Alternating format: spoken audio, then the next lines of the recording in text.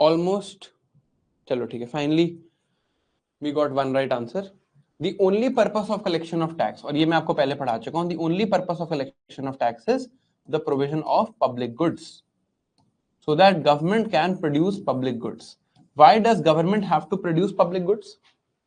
Government को क्यों produce करने पड़ते हैं public goods? Why does government have to produce public goods?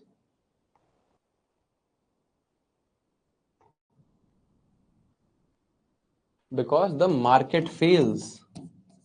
याद है हमने पढ़ा था market failure, externalities. Market fails to provide for public goods. Why does market fail? Why does market fail to provide public goods? Market fails to provide public goods because they have a free rider problem. याद करो, ये शुरू में micro economics में हमने पढ़ा था. There was a free rider problem. You cannot exclude someone from use, and nobody will be willing to pay. Therefore, government has to collect tax. ये तो है why government has collecting taxes, है ना? अब you need to differentiate this from how government is collecting taxes. How is method of taxation? Method. From this method of taxation, how government chooses to collect tax. How should we construct this method? किस type का method होना चाहिए of government for collecting taxes? What method should the government use to collect taxes? अब ये बताओ, यहां पर कौन सा फंक्शन हम परफॉर्म कर रहे हैं? What function are we performing here? नहीं, आप प्रोग्रेसिव रिग्रेसिव मत बताओ, आप बताओ what function are we trying to perform here?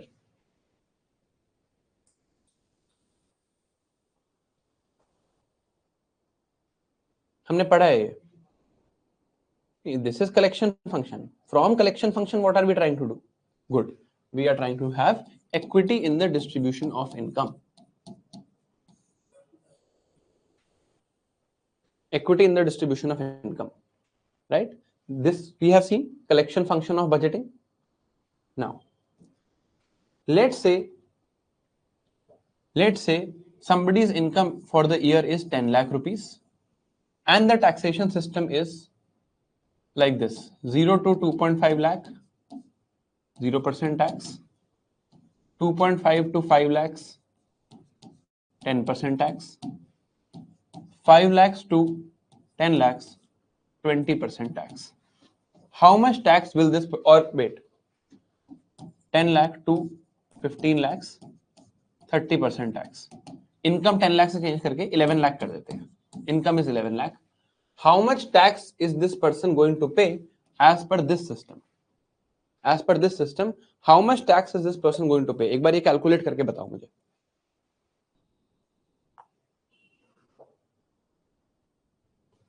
याद करो, हमने पढ़ा था that there are buckets in how taxation is levied. For 11 lakh, if that is the taxable income, for the first 2.5 lakh, no tax will be paid. For the next 2.5 lakh, 10% tax will be paid, that is 25,000. Then for next 5 lakh, how much tax is paid? 20%, which is 1 lakh. Then for next 1 lakh, 30% tax is paid, which is 30,000. The amount of tax that this person is going to pay is going to be 1.55 lakhs. ये पढ़ चुके हैं हम? Have we read this? Bucketing of taxation we have read before. Now, I will give you 3 options. First system is, चलो यही लिख लेते हैं. First system is this system. This is, अब इसको भूल जाओ. Now forget these numbers. Let's say this is system 1. That taxation is like this. This is system 1. System 2 is 0 to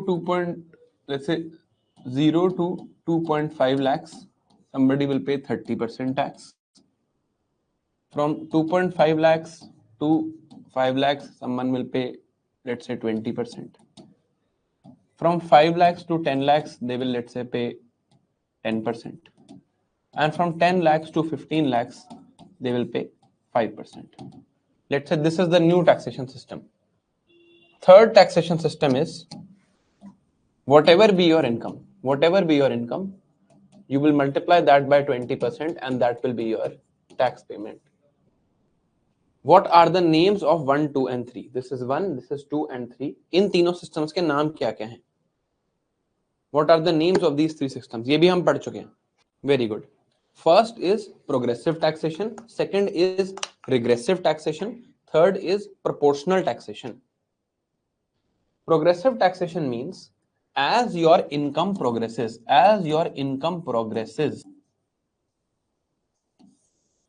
you will pay more proportion of your income as tax.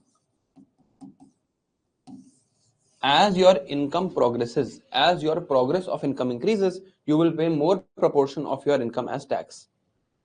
Regressive taxation means as your income progresses, you will pay less proportion of your income as tax.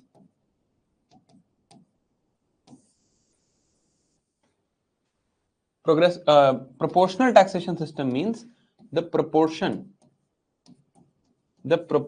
of tax that you pay is fixed. Even when your income progresses or it is very small, it goes down, it goes up, the proportion of your income is fixed. Right? अब एक question पूछूंगा और कोई भी उसका गलत जवाब नहीं देगा. ठीक है? Please work hard and please think before you answer now. इस क्वेश्चन का कोई गलत जवाब नहीं देगा. You will think before you answer. Person 1 has income of 11 lakhs. In person 2 has income of 9 lakhs. This is system 1. This is system 2. In which of these systems? मैं question board पे लिखता हूं. In which of these systems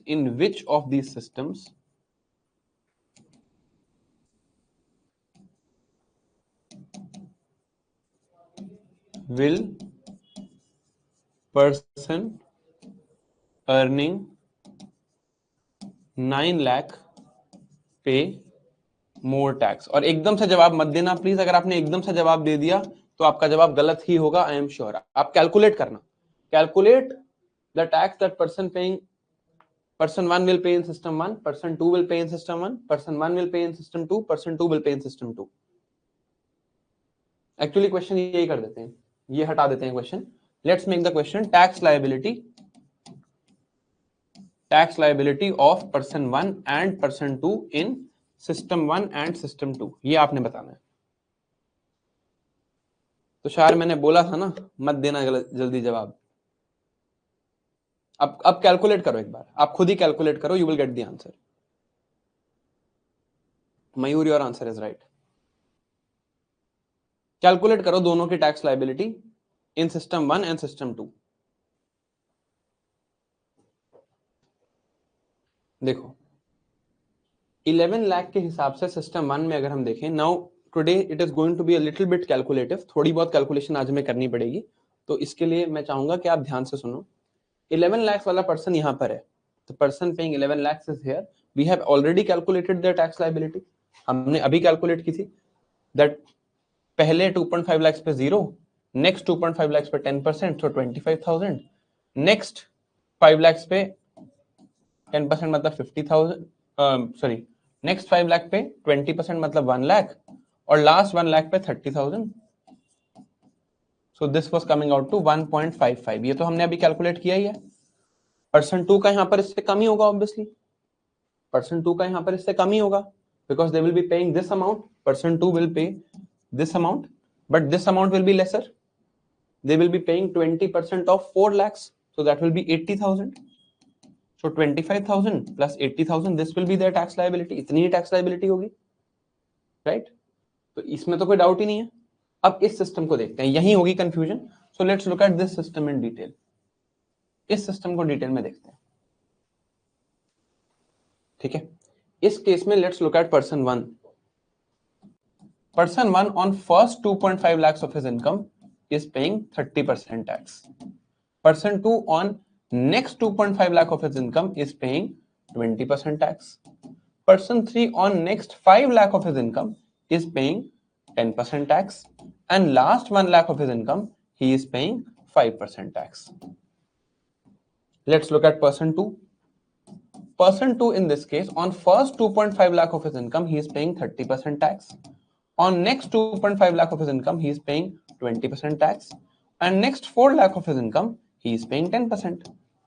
Now tell me who will pay more in this system. Now tell me who will pay more. कौन पे करेगा ज्यादा?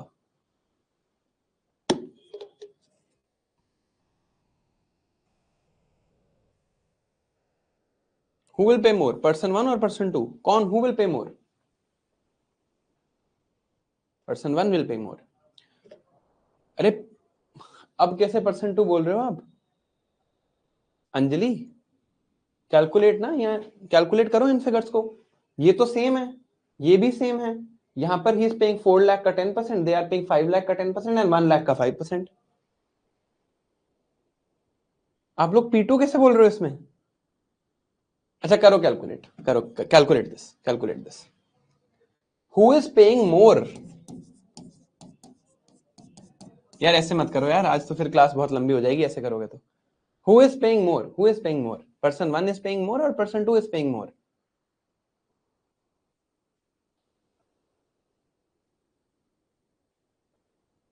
Person 1 is paying more, इसमें तो कोई डाउट ही नहीं है. चलो कैलकुलेट कर लेते हैं. यहां पर this is 75,000, this is 50,000, this is again 50,000, this is 5,000, this is 75,000, this is 50,000, this is 40,000. Obviously person 1 is paying more ना, person 1 is paying more, है ना. अब किसी को डाउट नहीं होना चाहिए.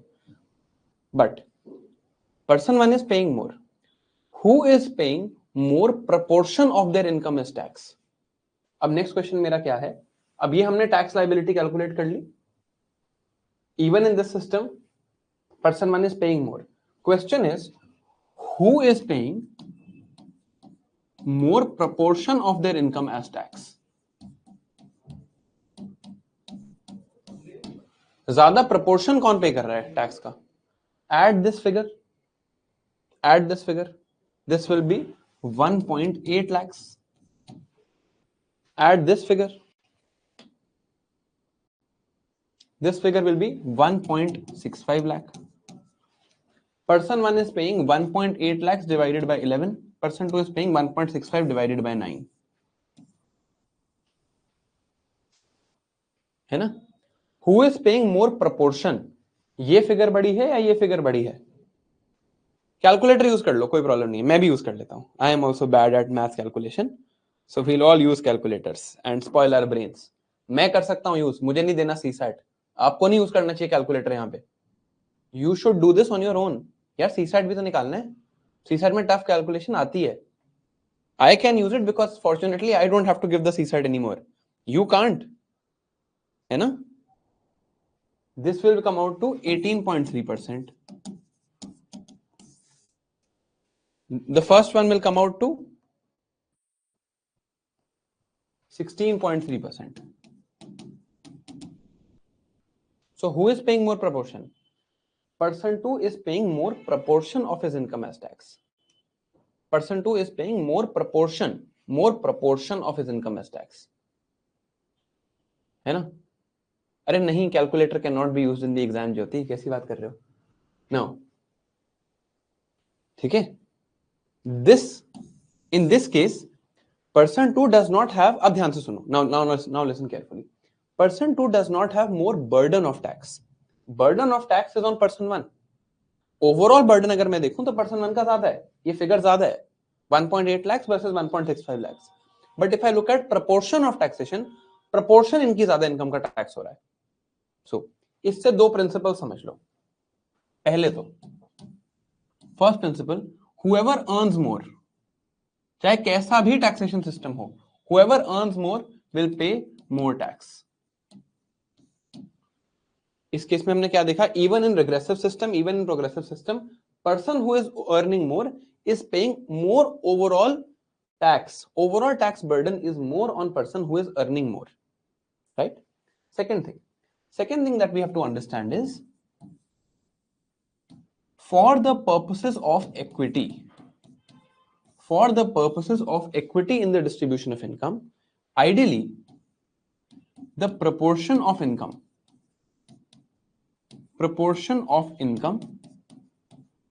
paid as tax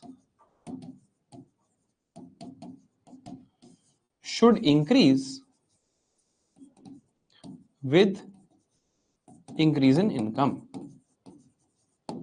If you have to achieve this purpose of equity in the distribution of wealth, your proportion of income paid should increase, proportion of income paid as tax should increase as your income increases. So if for equity purposes, this is a very bad example for equity purposes. If you earn 9 lakh, you are paying 18% of your income as tax. If you pay 11 lakh, if you earn 11 lakh, you are paying 16%. ये बहुत खराब है equity के हिसाब से. अगर overall burden देखो तो ओवरऑल बर्डन तो 11 लाख वाले पे ही ज्यादा है.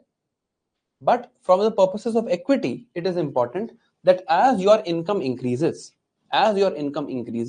the proportion of your income that you pay as tax should also increase. So ideally for equity, these should not be the numbers. Numbers should be something like 20% of total income, 15% of total income. This should be the number. What does this define? ये जो मैंने term यहां लिखी है, जो मैंने यहां चीज लिखी है, इसको डिफाइन कैसे करेंगे? What is this defining? Is this not defining exactly something called progressive system of taxation? Is this not exactly progressive system of taxation? ये बात समझ आई आपको? So one person who earns more in any system will always pay more tax. If you earn more, you will pay more tax. चाहे system कैसा भी हो. But ideally for the purpose of equity, proportion of income that is paid as tax should increase with increasing incomes. Therefore, for the purpose of equity in the distribution of income, a progressive system of taxation makes more sense.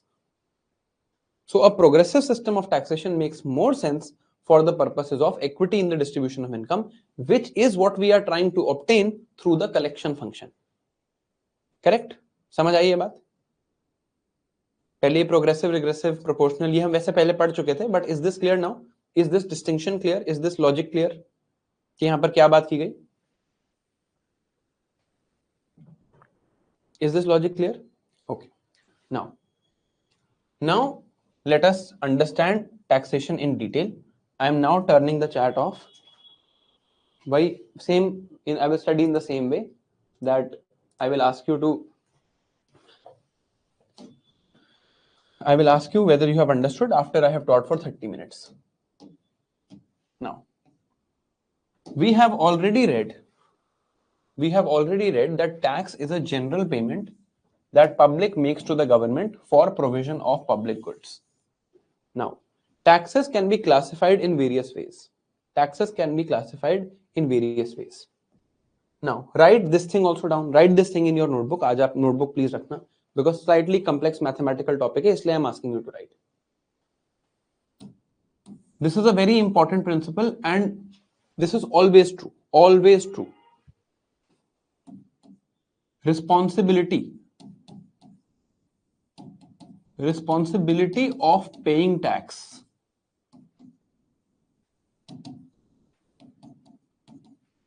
is always on person on whom tax is levied.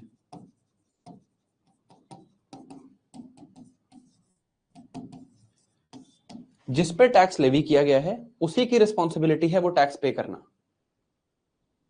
जिसकी पे here paying means depositing to government.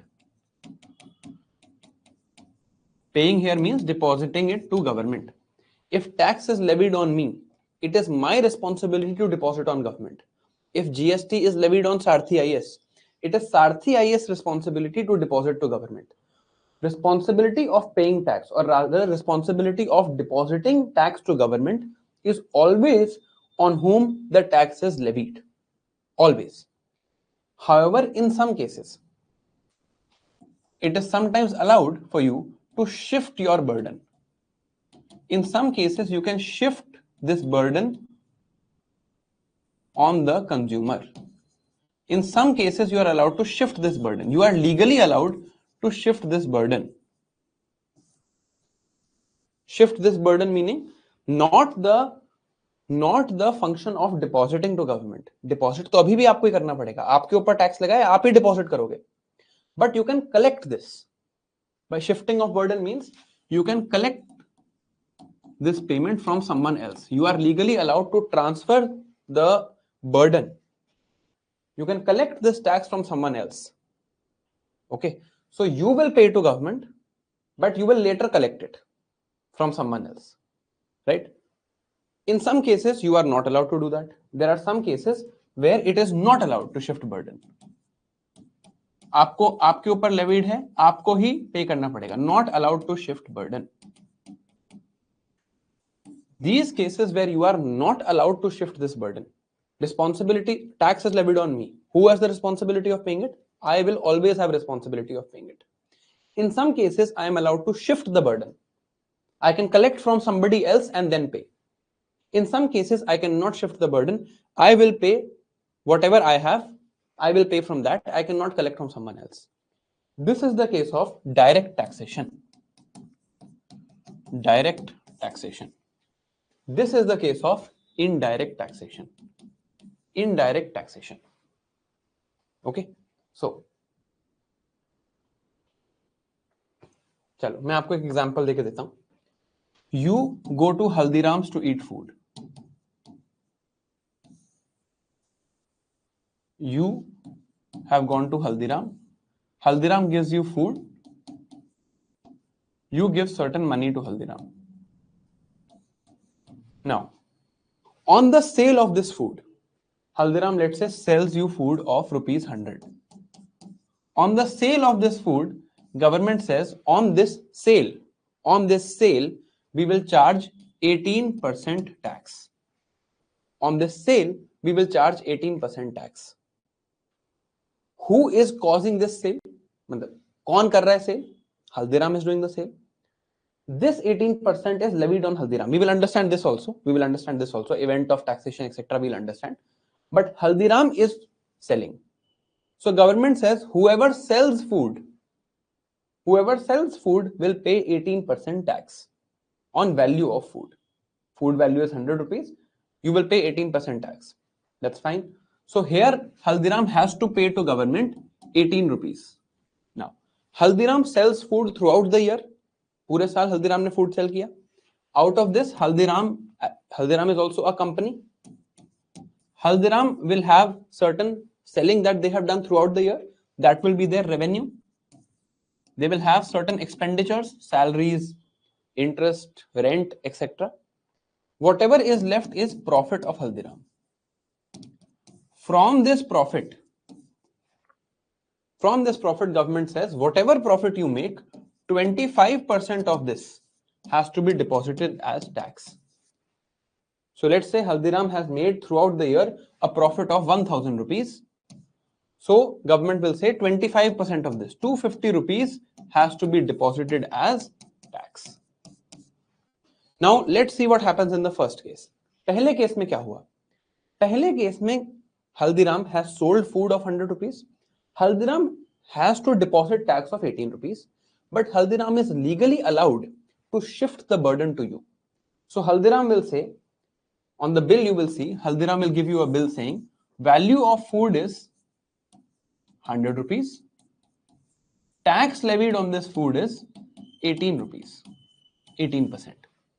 You will pay 118 rupees to Haldiram. Haldiram will count 100 rupees in its revenue and give 18 rupees to government.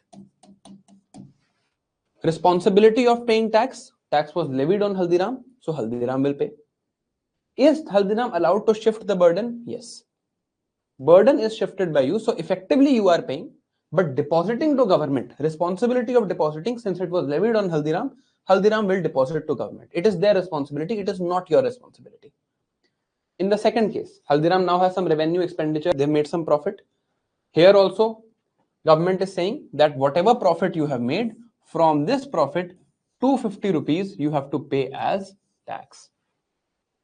This responsibility Haldiram cannot shift on you. Haldiram has to pay from its own money, from its own profit. This is direct tax. This direct tax is called corporation tax. This is indirect tax. This indirect tax is called GST. Is this clear? ये समझ आया? Direct indirect tax is clear?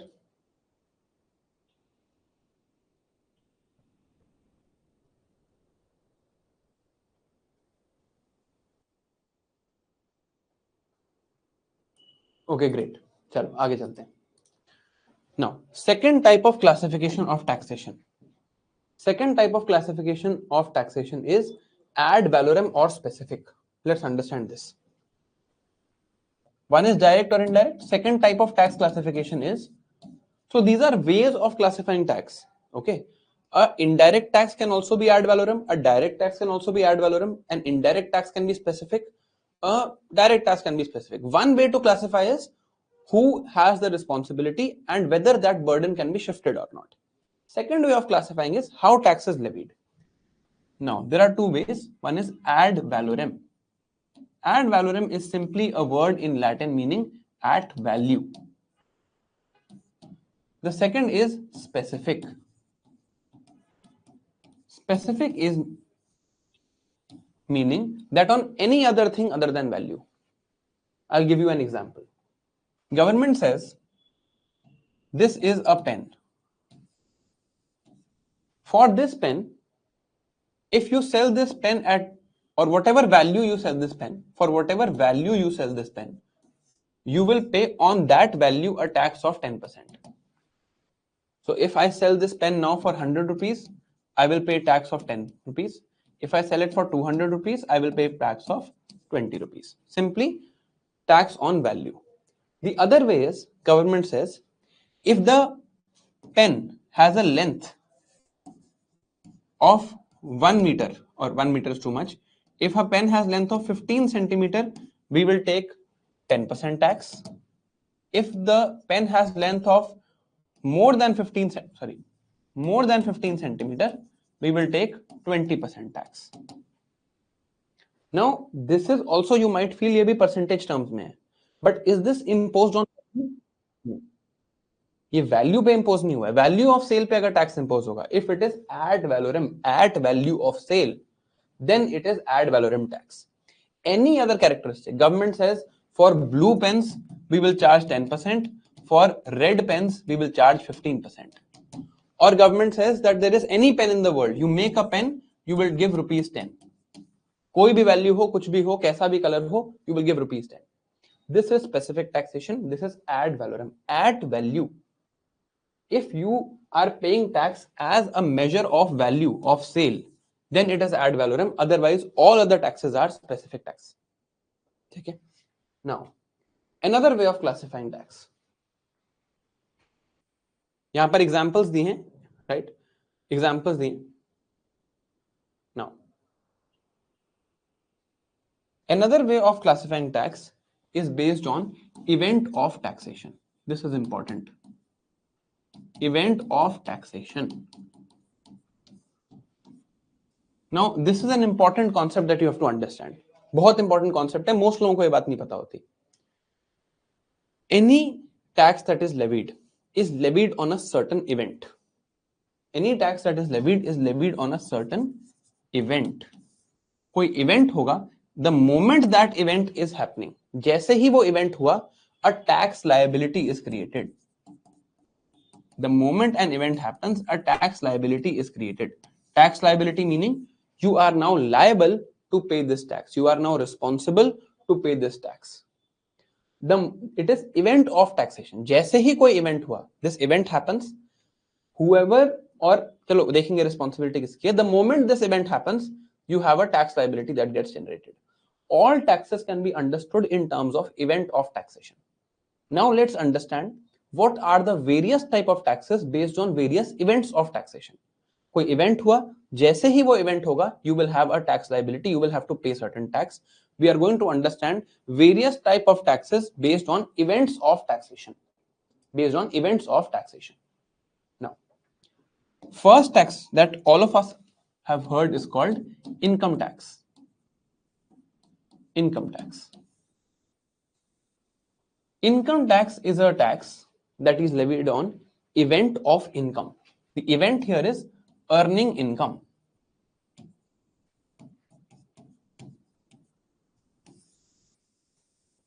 अभी मैं broadly समझा रहा हूं, अभी हम एग्जामिनेशन उसमें नहीं जा रहे, वो भी हम सीखेंगे, बट अभी I am telling you broadly how taxes are levied. You earn certain income. The moment you earn income, I have earned certain income. The moment I earn certain income, I will be taxed. ये event हो गया. The moment this event happens, a tax liability gets created. चलो, अब मैं आपको एक question पूछता हूं आपसे, एंड अगेन सोच के जवाब देना. Your parents give you ₹20,000.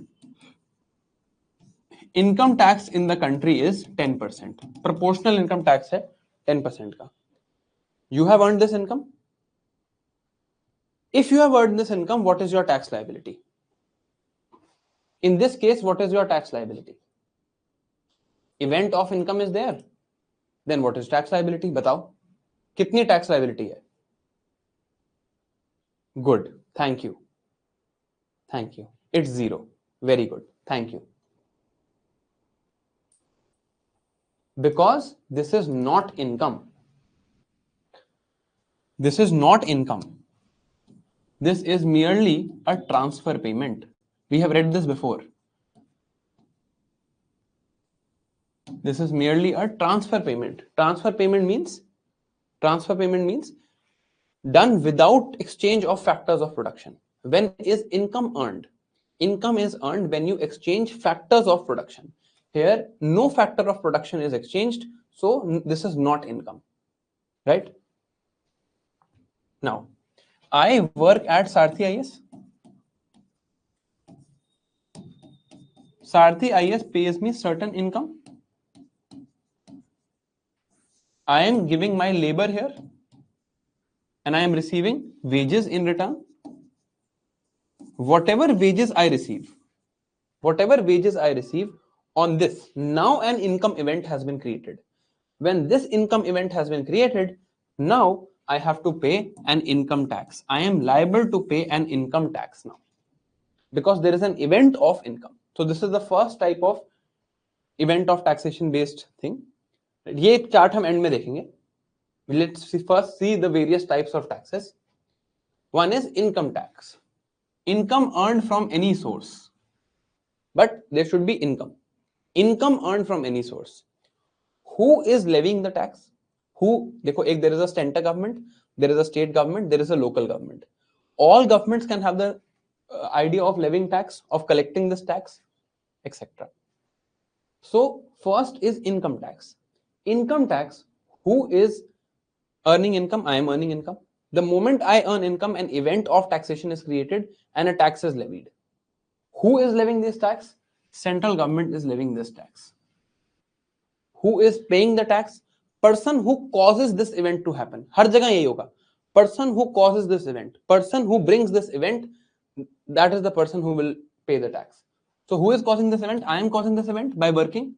I worked, I generated income. Now I will have to, because I caused this event, I will have to pay my liability of income tax. So who is the bearer of burden?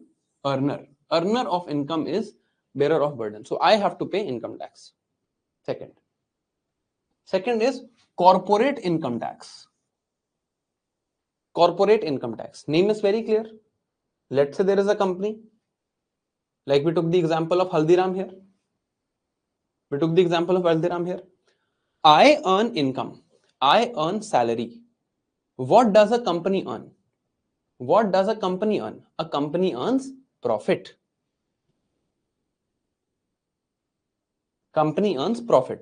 Humans, individuals earn salaries.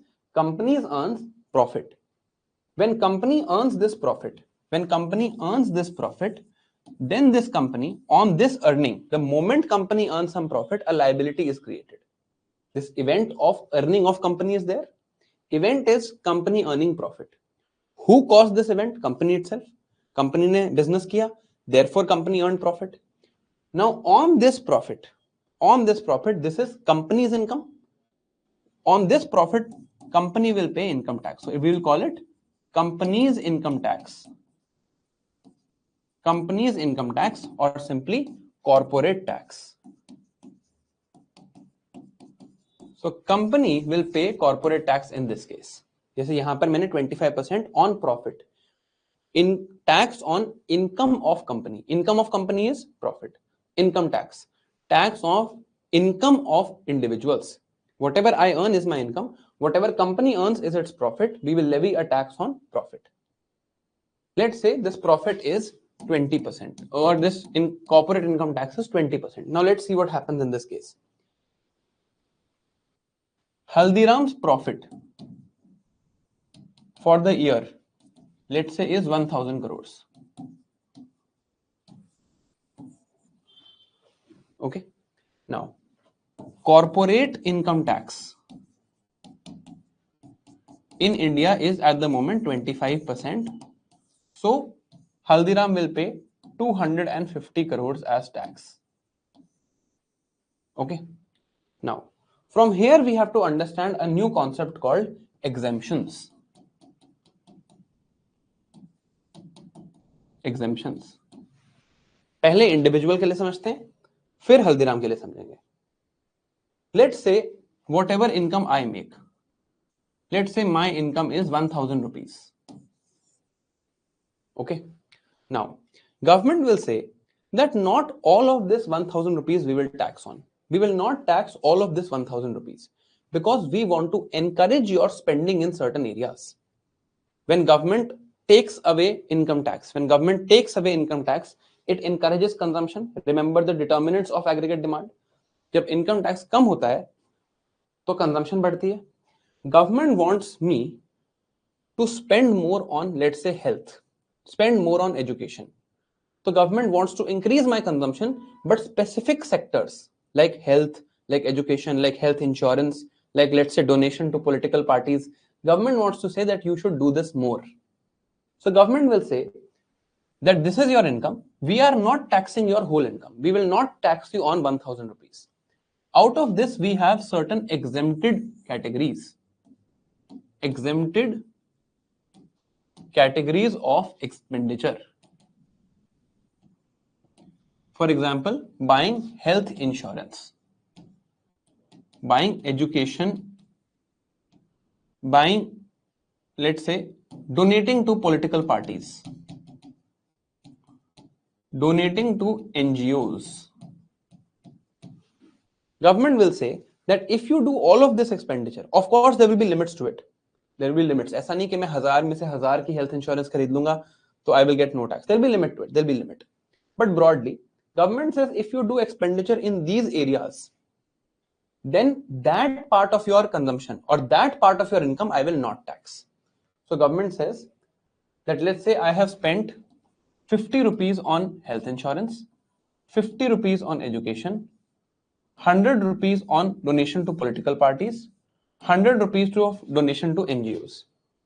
Now government will see that, okay, government will say, okay, you have spent on these exempted categories. On these exempted categories, you have spent a total of 300 rupees, 100 plus 100 plus 50 plus 50.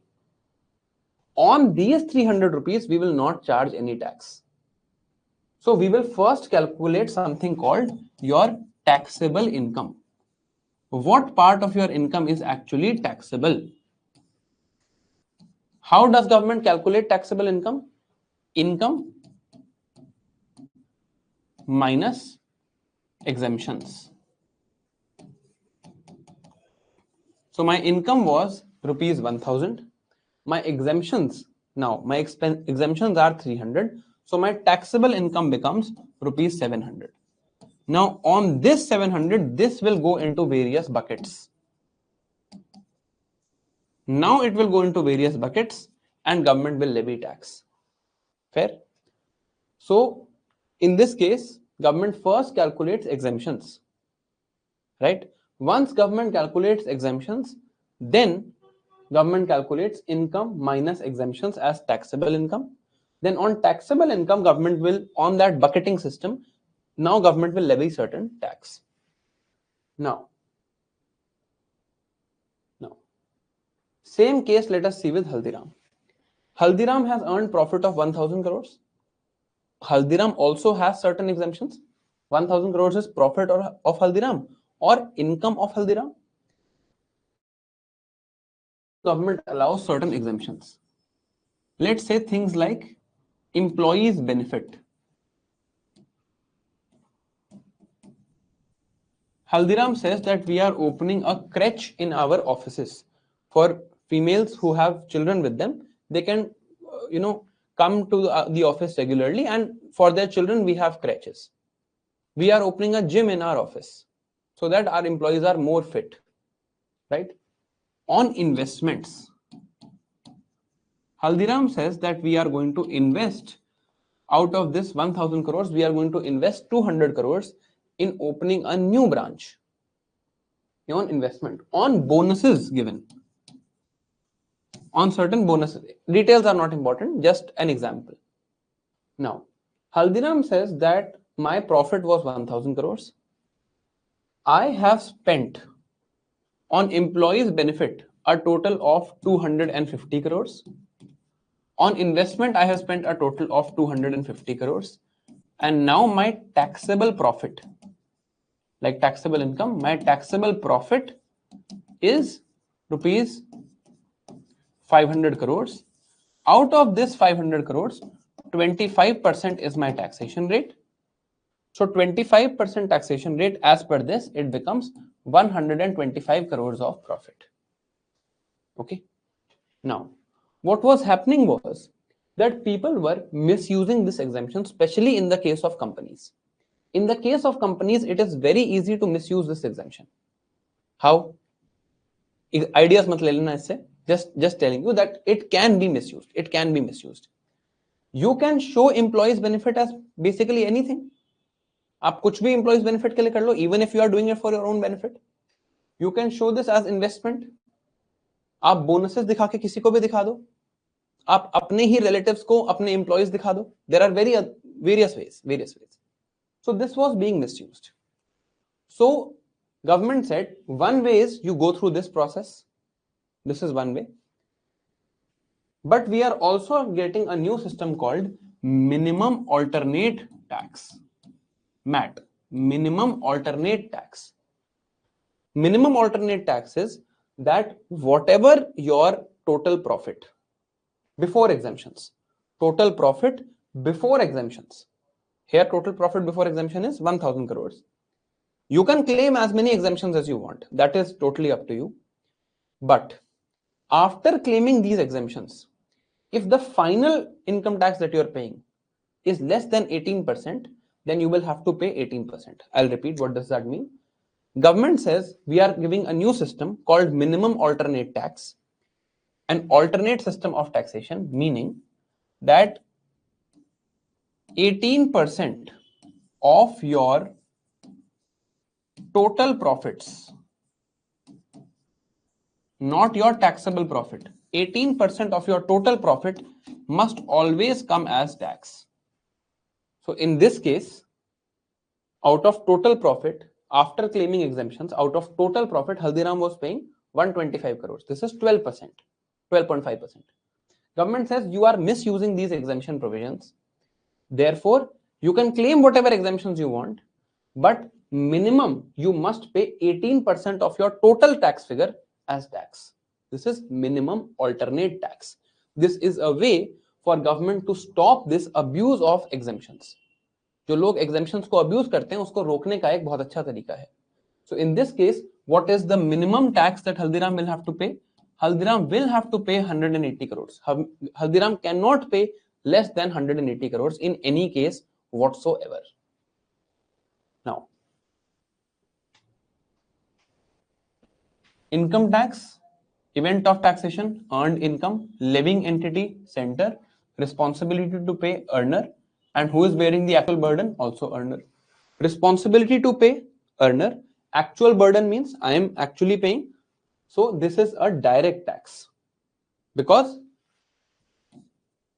person who has responsibility to deposit to government and person who is actually paying out of pocket is the same person. Same. Corporate income tax. Profits of company reported under Income Tax Act. Living entity center. Responsibility of paying to company or paying to center is of the company itself. Who is paying? Company is paying from own profits. Direct tax called corporate income tax. Third, minimum alternate tax. If corporate income tax is less than 18% of profits reported, 18% से कम हो जाता है total profits का, then you go under this system. Who is levying this? Center is levying this. Center is levying this. Who has the responsibility to pay? Company has responsibility to pay. Who is actually bearing? Company is bearing. So this is also direct tax. This is direct tax. Almost all direct taxes, almost all direct, I'm saying almost all direct taxes are paid directly to the central government. So almost all the direct taxes in the country are levied by the central government. There is only one exception. The one exception is professional tax. Professional tax is, अब हर tax को हम कैसे define करेंगे? Tax on an event. Professional tax is tax paid on the event of registering as a professional in that state. For example, I am a doctor. My registration currently is in Delhi, right? I can register in any state of India. I can register in all states of India. Because of my degree, I am allowed to practice medicine in all states. Today, let's say I go and register in Haryana. I go and register in Haryana as a doctor. On this event of registering, state government, because I'm registering in a state government can charge from me a professional tax. Who is the tax being levied on? The person who is causing the event. Who is causing the event? I am causing the event of registering because I am a professional. Tax is levied on me. Responsibility to deposit is mine. Who is actually bearing it? From whose pocket money is going? Mine. So it is a direct tax. This tax is the only direct taxes that the states can levy. And this is capped in the constitution. In the constitution, there is a limit of rupees 2500 on this. So as you can see, this is a very small tax. Since this is very small, states do not levy it anyway. States levy ही नहीं करते इस tax को generally, but this you need to know as an exception that there is only one direct tax that goes directly to the state, which is professional tax. No other direct tax goes to the states. All other direct taxes go to the center. Now, let us understand some other direct taxes. We have understood income tax. These are again examples that I would like you to read. Again, we've understood corporation tax. We've understood minimum alternate tax. Now, let's understand capital gains tax. When we were reading asset prices, interest rates, right? हमने क्या सोचा था? Expectation of capital gains. We had read this term. Expectation of capital gains. That is why we calculated the speculative demand for money. That is how we calculated the speculative demand of money. Expectation of capital gains. That was the idea. Now we will understand the idea of capital gains. For example, I buy Reliance Industries Limited share for rupees 1200. हमने ये share देखा है 1200 rupees का है, right? I buy this share for 1200 rupees. This makes me a part owner. A part owner, even if it's 0.00001%, I am a part owner now of Reliance Industries, right? As a part owner, I will get certain dividend also. I will get certain dividend. share of the profits I will get certain dividend, right? इसको अभी side कर देते हैं. Let's forget about this for a moment. I am part owner. I now sell this share for rupees 1250. I now sell this share for 1250. I have sold an asset, an ownership instrument. I had an instrument of ownership. I have now sold this asset at a higher price than I got it. I got this for 1200 rupees, this instrument of ownership. Now I'm selling this at 1250. What are the gains in my capital account? In my capital account, what are the gains? I have sold an asset for a higher price. So I have gained capital of 50 rupees. Now this 50 rupees is also part of my income. Technically, this is part of my income. This is the money I have earned. But this is counted separately. This is gain on assets sold. I sell a house. I had gotten that house for 100 rupees. I am now selling that house for 200 rupees. I am getting this benefit. I am getting this money extra. I am making a profit. I am making something called capital gains. In my capital account, there is now a gain of 50 rupees. I am making capital gains. From this capital gains, now I have to pay tax. Now, there are two types of capital gains. One is short-term capital gains. One is long-term capital gains.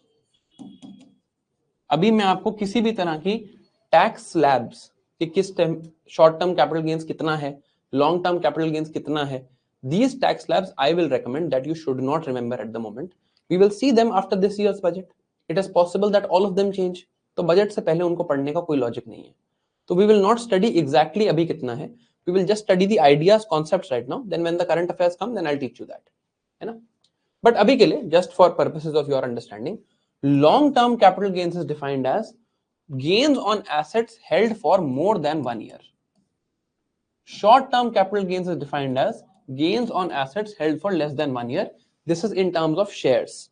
In terms of shares, ये अलग-अलग हैं हर asset के लिए, but we will see this when this year's budget comes. Now, on short-term capital gains, let's say I have made 50 rupees gains. I have made these gains in only 1 day. मैंने आज share खरीदा, कल बेच दिया. This is short-term capital gains. I will pay a tax of 20%. So how much will I have to pay? I will have to pay 10 rupees. On long-term capital gains, I will pay a tax of 12.5%. Now, you remember there was an indexation controversy. हमारी बात भी हुई है इस बारे में. Budget के time पे बहुत कंट्रोवर्सी हुई थी इंडेक्सेशन की. मैंने आपको कहा था जब मैं आपको कैपिटल गेन्स पढ़ाऊंगा, then I'll tell you that controversy in detail. Now, what was that controversy? What was that controversy? Let's say I bought a house in the year 2000 for rupees 1000. ठीक है? I sell that house in 2024. In 2024 for rupees 20,000. This is an asset. This house is an asset. On selling of this asset, I have made certain gains. So I have made certain capital gains here. Definitely, I have made certain capital gains here. How will these capital gains be calculated for the purpose of taxation? That is the question. How will you calculate what is my capital gains for the purposes of taxation? One way to calculate is you are selling for 20,000.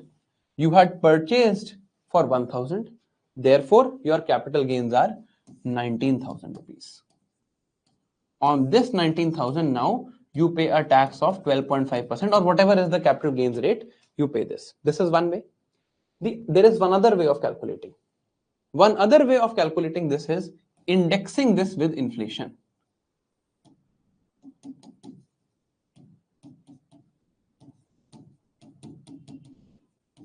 Inflation indexing. We know what indexing means. Linking to a statistic and deriving a value. We know what inflation means. Indexing with inflation. So what I will do is, I will say that this house was 2000, in the year 2000, this house was 1000 rupees. Over time, there has been an inflation of 5% in housing prices. There has been a housing inflation of 5%, and this I can calculate. We have various measures to calculate this. Government will say that in 2001, even though you did not sell it, आपने sell नहीं किया हो 2001 में, but the fair market value of this house was 1000 plus 5% inflation. So in 2001, this house was priced at 1050. क्योंकि inflation हो रही है, right? So government will index that inflation into the price of this house. Government will say in 2000 this was 1000 rupees. In 2001 it was 5% plus this. 5% कहां से आया? This is the inflation in housing prices that is happening. Government will say now it is worth 1050. Similarly, government will keep putting 5% every single year. Government will keep putting 5% every single year. Now government will say that in 2024, the inflation indexed value of this house is rupees 15,000.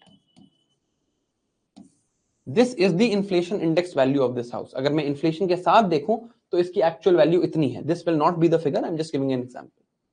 Now government will say you are selling it for 20,000. So your actual capital gains now are rupees 5,000.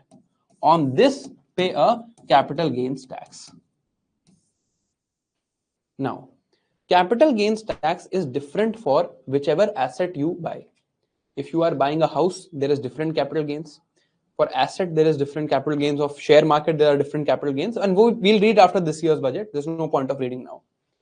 Now, why this controversy happened was, government said that earlier capital gains on property was, let's say, 20% with indexation. Government said we will reduce capital gains to 12.5% but remove indexation benefits. This was the controversy that was created. तो अभी तक हमने क्या-क्या पढ़ा है? We have read what is direct taxation. Direct taxes में we have understood income tax, corporate income tax, minimum alternate tax, professional tax, long-term capital gains, short-term capital gains tax. These are direct taxations. We have also read the concept of event of taxation. We also know that this professional tax is the only direct tax that's levied by states. Okay? Just one more thing. Now let's see this table. This table is very important for understanding entire taxation. देखो, there is an event of taxation. कोई event हुआ जिस पे tax है. Government decides these events. Event of taxation is, let's say, earning of income. There is a causer of this event of taxation, person who causes this event to happen. Earning of income is the event of taxation. Who is the causer? I am the causer of this event of taxation. I can pay this tax by myself. I can pay this tax. Tax is now generated. जैसे ये event हुआ, tax liability is generated. I am the person who has caused this event. I can pay this tax by myself. This will become direct tax. I can charge this tax on someone else, and legally, I'm speaking legally, this will become indirect tax. Now, this tax would be levied by some authority. Some or the other authority would be levying this tax. Some or the other authority will be collecting this tax, जिस पे मुझे responsibility होगी ये tax देने की. Now, this authority could be either central government, either state government, or local government. So they must have been given some power by constitution or law, right? So this is levying authority. It is also possible that this authority, after collecting this tax, actually gives it to someone else. Central government collects but gives to states, does not use it. So that is called appropriating authority. That is also something we'll understand. This part you can leave for now. This part you can leave. But is this much and all the taxes that we have read so far? ये जो structure है and all the taxes that we have read so far, clear and clear logically. रट के तो clear नहीं हो रहा ना. Logically, is it clear? Event of taxation, who causes it, how taxes are levied. Are the basics clear now? ये समझ आ गया? ठीक है, अब एक काम करते हैं, क्लास में रिवाइज करेंगे. I am giving you a 3-4 minute break. 4 minute का ब्रेक ले लो, 3 मिनट ले लो, 4 मिनट ज्यादा है. We'll give you a 3 minute break. There are some taxes written on the board. In all of these taxes, write 3 things: event of taxation, who pays tax, who levies tax. इन तीनों में, इन चारों में या जो भी ये taxes हैं, actually 1 2 3 4 5 6 taxes are there. Write event of taxation in your notebook. Event of taxation, who levies tax, and who actually pays tax. ठीक है, ये लिखो. Now, ये taxation हो गई. This is direct taxation. So far we have read direct taxes. Now we will read indirect taxes, where responsibility of paying an actual burden is not the same. Responsibility of paying is of someone else. Money is going from somebody else's pocket. Again, there will be some event of taxation. From that event, a tax liability will be created. From that tax liability, somebody will pay that tax, somebody will have responsibility to deposit, but responsibility of depositing will be different, and whose actual money is going, that will be different. वो देखते हैं. One such indirect tax is production. Tax on production called excise duty. The moment something is produced, let's say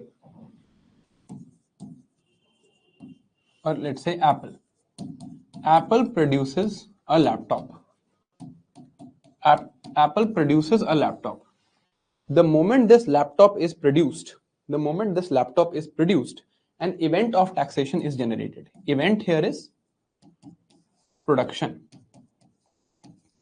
On this production, there is a tax.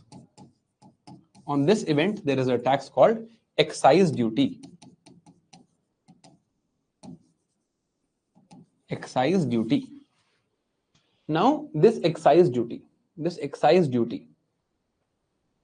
Apple says that excise duty has been levied on us. Responsibility of depositing this excise duty to the government is of Apple. But when Apple sells this laptop to you, let's say this laptop's value is 1,000 rupees. Excise duty is 10%. When Apple sells this laptop to you, Apple will say that cost of laptop is 1,000. Tax is at 10% equal to 100, and you will pay 1,100. Who is actually paying the tax? You are paying. Burden is on consumer. Actual burden is on consumer. Who has to deposit this to? You will give 1,100 to Apple. Apple will keep 1,000 and deposit 100 to the government. So responsibility of depositing is of Apple, but actual burden is yours. Responsibility of depositing is of Apple. This is the case of indirect taxation. First such indirect taxation is excise duty. Now there is excise duty no longer exists. आज की date में India में कोई excise duty नहीं है, but other than certain things, but we'll see this. हम GST regime जब समझेंगे, we'll see this. But we need to understand this to understand what GST is. So this is excise duty. Second, there is also another event that has happened here. This is one event. Another event has happened here. The other event that has happened here is called sale. An event of sale has also happened here. On this event of sale, there is another tax. On this event of sale, there is another tax of 10%. Let's say event of sale, another tax of 10%. Who has to collect this tax? This tax is collected by state government. So now what will Apple do? Apple will say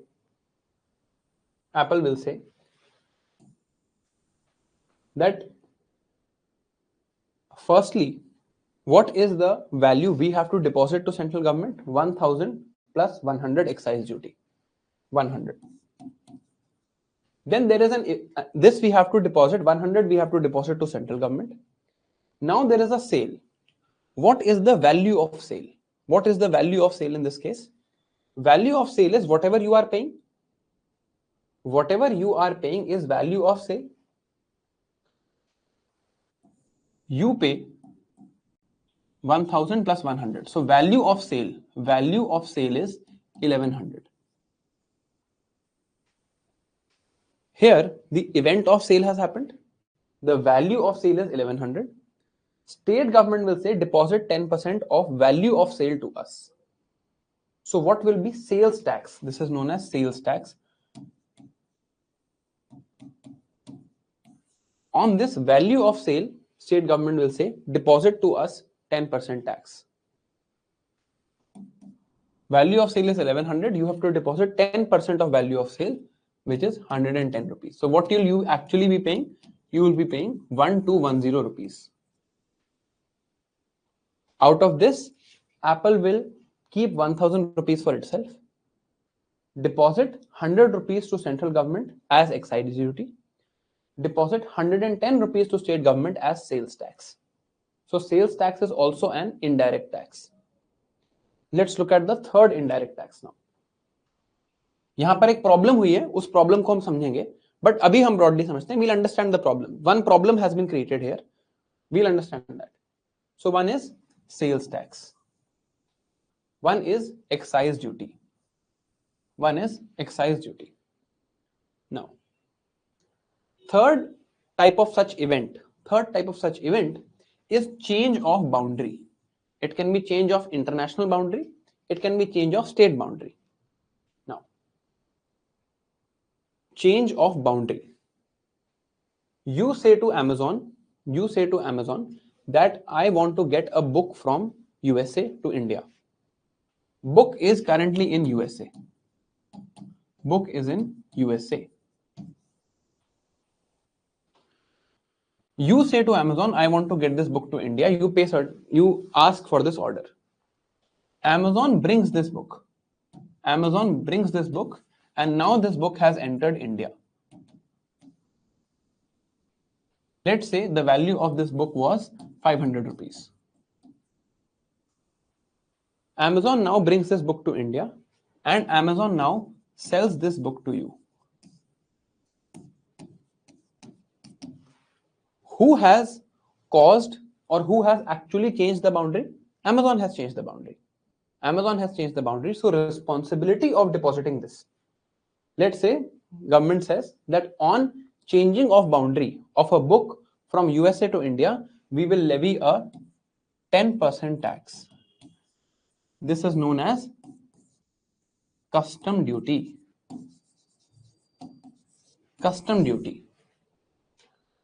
Who has actually changed the boundary? Amazon took this book from USA and got to India.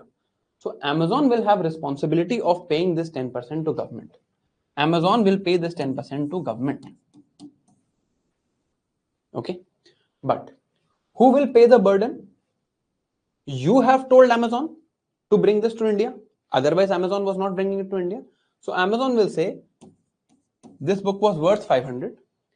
An additional burden was created on us to pay 10% of this 500 to the government. So we will add 50 rupees and you will finally pay 550 rupees. 500 for the book and 50 as customs duty. Because there is a change of boundary, change of international boundary. This is the concept of customs duty. Government can put different customs duty on various different things. Books per different, medical devices per different, let's say mics per different, watches per different. Government can put various custom duties on various things. Okay, so this is the idea of customs duty. Now, who is the responsibility there of depositing the tax to government? It is Amazon. Who is actually bearing the burden? किसकी pocket से पैसा जा रहा है? You. So this is also an indirect tax called customs duty. Who levies customs duty? Since it is international boundary, it is obvious that it will be central government. It will be central government who levies this, and it will go to central government. Now, similarly, There can be a change of boundary within India also. Change in boundary from one state to the other. Change in boundary of some municipal boundary, yeah, where there is some municipal authority and there is change of boundary there. This can also be there. This type of tax, same, the event is same, change of boundary is there. The event is the same. The event is the same. This type of tax is called octroi or entry tax. For example, when you go from Gurgaon to Delhi, for example, when I go from Gurgaon to Delhi, the Municipal Corporation of Delhi says that if you are changing this boundary of a commercial vehicle, if you are coming in a commercial vehicle from some other part of India to Delhi, some other commercial vehicle meaning you are coming from, let's say, a taxi from Gurgaon to Delhi, there has been a change of boundary of a commercial vehicle. Whoever changes this boundary will give to MCD, this municipal corporation, rupees 100. You will give rupees 100 to MCD once you change this boundary. Let's say I have booked an Uber cab. Who is actually changing the boundary of that commercial vehicle? Uber. So it is now Uber's responsibility to deposit this 100 rupees to the government. But who has caused this? किसने करवाया Uber से ये change? मैंने करवाया. So Uber will say to me now that your fare, your taxi fare was, let's say, 500 rupees. There is also an additional burden that was created on the account of this law, on this octroi, and we have now put rupees 100 more on you. So you will pay rupees 600. This is octroi or entry tax, levied by either state governments or levied by municipal governments. Okay. Now, is this clear so far? Broadly समझ आ रहा है क्या चल रहा है अभी? This is an important topic and we are going slow because I want you to understand the details of everything. Is this clear? Various other types of taxes? ठीक है. Now let's continue. Now, sales tax. Sales tax is levied by state. Sales tax is levied by state, right? Wherever the sale will happen, event of taxation is sale. Wherever the sale will happen, that state will collect sales tax. Sale happens here, state will collect sales tax. Okay. Now, let's say a car is produced in Rajasthan.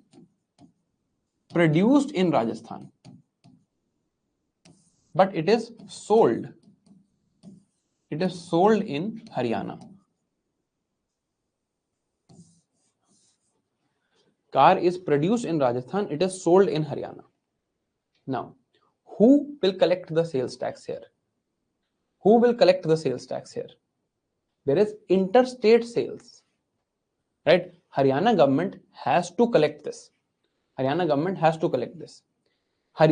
If there is sales tax, state decides sales tax. Haryana government can choose to put whatever tax. Haryana government can also put an entry tax. Haryana government can also put an entry tax. Okay, so good has entered from Rajasthan to Haryana. Haryana government can put an entry tax. Haryana government will also levy a sales tax because sales event is happening here. Now, this we have seen. We are now seeing the concept of interstate sale. We have seen excise duty. We have seen customs duty. We have seen sales tax. Now, let's look at interstate sale.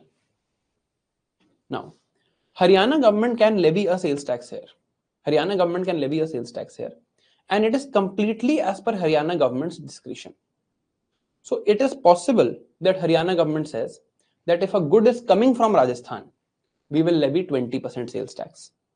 If a good is coming from UP, we will levy 15% sales tax. Good is coming from Madhya Pradesh, we will levy 40% sales tax. What will this create? This will create a fragmentation of the economy. India will not have a unified economy. India's economy might get fragmented. So against this, there is a provision in the constitution. What is the provision? No law of state shall impose or authorize the imposition of a tax on the sale or purchase of goods where such sale or purchase takes place outside the state or in the course of imports of good or exports of good out of the territory of India. So firstly, you cannot levy a tax outside the state. There is also something called Article 301 to 308 of the Constitution.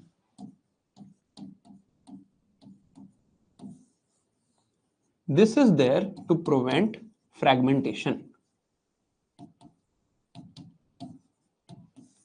It is said that interstate sale, if there is interstate sale, you cannot levy a differential tax. You cannot say that there are various articles here. These are for economic unification of India. I hope आप लोगों ने पढ़ रखे हो. Full faith and credit clause is here. Interstate trade and commerce is here. Various other things are here.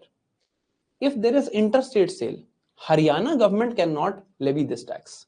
They cannot say that, okay, for Rajasthan goods we will take this much, for Punjab goods we will take this much. They can't do this.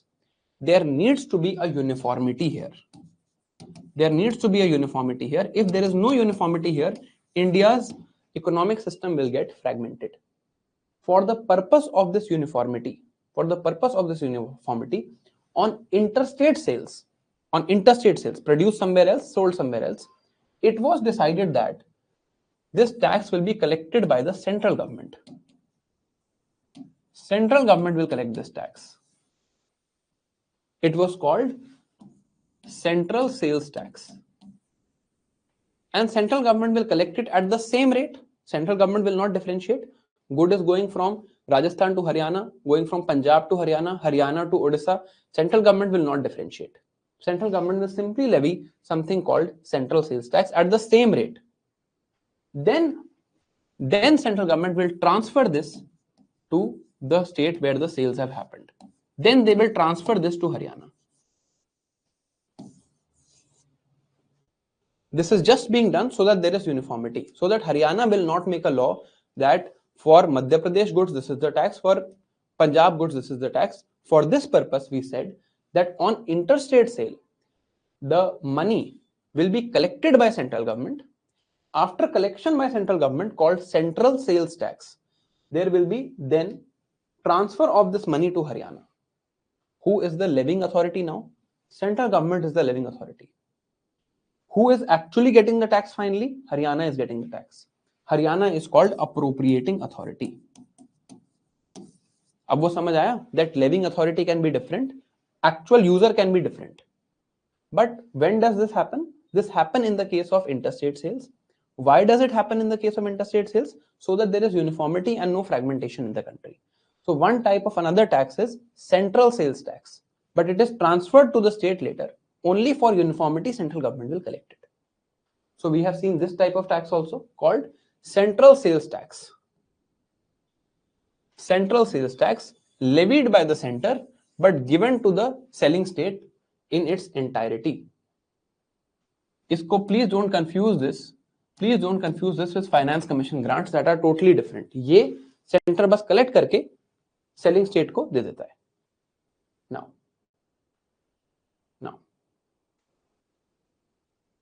Now, there is a problem in our system of indirect taxes. There is a huge problem in our system of indirect taxes. There are various taxes like excise duty, customs duty, octroi, sales tax. There were various other taxes also. Entertainment tax, luxury tax, etc., etc. But there was a problem in this system. Now, I am giving you 1 minute to identify the problem here. In this case, identify what problem has been created from an economic point of view. Remember this case? Apple produces laptop for rupees 1000. One event is production. On this production, there is a excise duty. Excise duty is 10%. Apple takes Apple now has to deposit 100 rupees to central government. Okay. Now, second event here is sale. Sale value was 1100. On this sale, to state government, certain tax has to be deposited. That is 10% of sale value. So 10% of 1100, which is 110. So you will ultimately pay 1210 rupees. One problem has been created here. You have 1 minute. Identify what problem is there. There is some problem in this calculation. Tell me what is the problem here. From this moment forward, in today's class, from this moment forward, you will write everything I write. You will write everything I write from this moment forward.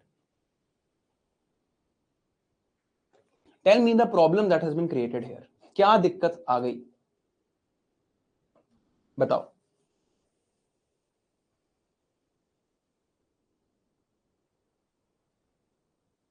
Good. There was taxation on tax. No, this is not double taxation. This is tax on tax. This is not double taxation.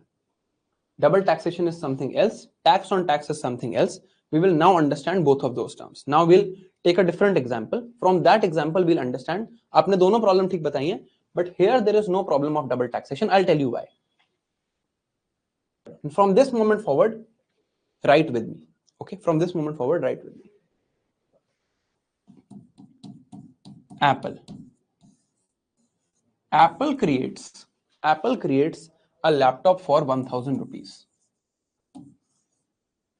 Apple produces a laptop for 1000 rupees. Here what happens? There is an event called production. On any production, there is excise duty. Excise duty is at 10%. So 100 rupees have to be now given to central government. Okay. Apple sells this. Apple sells this to, let's say, a distributor. A distributor. Distributor will purchase this for 1100. On the value of the sale, let's assume that there is a sales tax of 10%.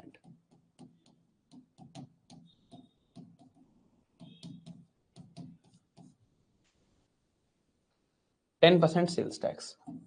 What is the distributor going to pay now? Distributor is going to pay 1100 plus 110. He is going to pay 1210. So distributor has paid 110 rupees to Apple. Oh, sorry, 1210 rupees to Apple. Okay.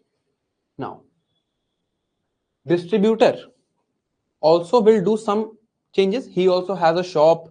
He has to buy from Apple, then distribute in various parts of India, make some profit. So the value added by him. We have read concept of gross value added, right? But let's say value added. Value that is added by distributor in his profit, everything is 90 rupees. Value added by him is 90 rupees. Now, for what value will he sell this? You are the now consumer. You are buying from distributor. From what value at what value will he now sell this? He has paid 1210 earlier. He has added value of himself, his profit, his cost of distribution, everything. He has added value of rupees 90. At what value will he sell now? He will sell at a value of rupees 1300.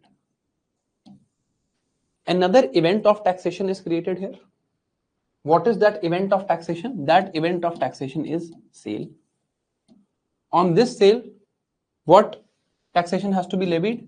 10% of value, which is 130 rupees. So you will pay now, what will you pay? You will pay rupees 1300 plus rupees 130.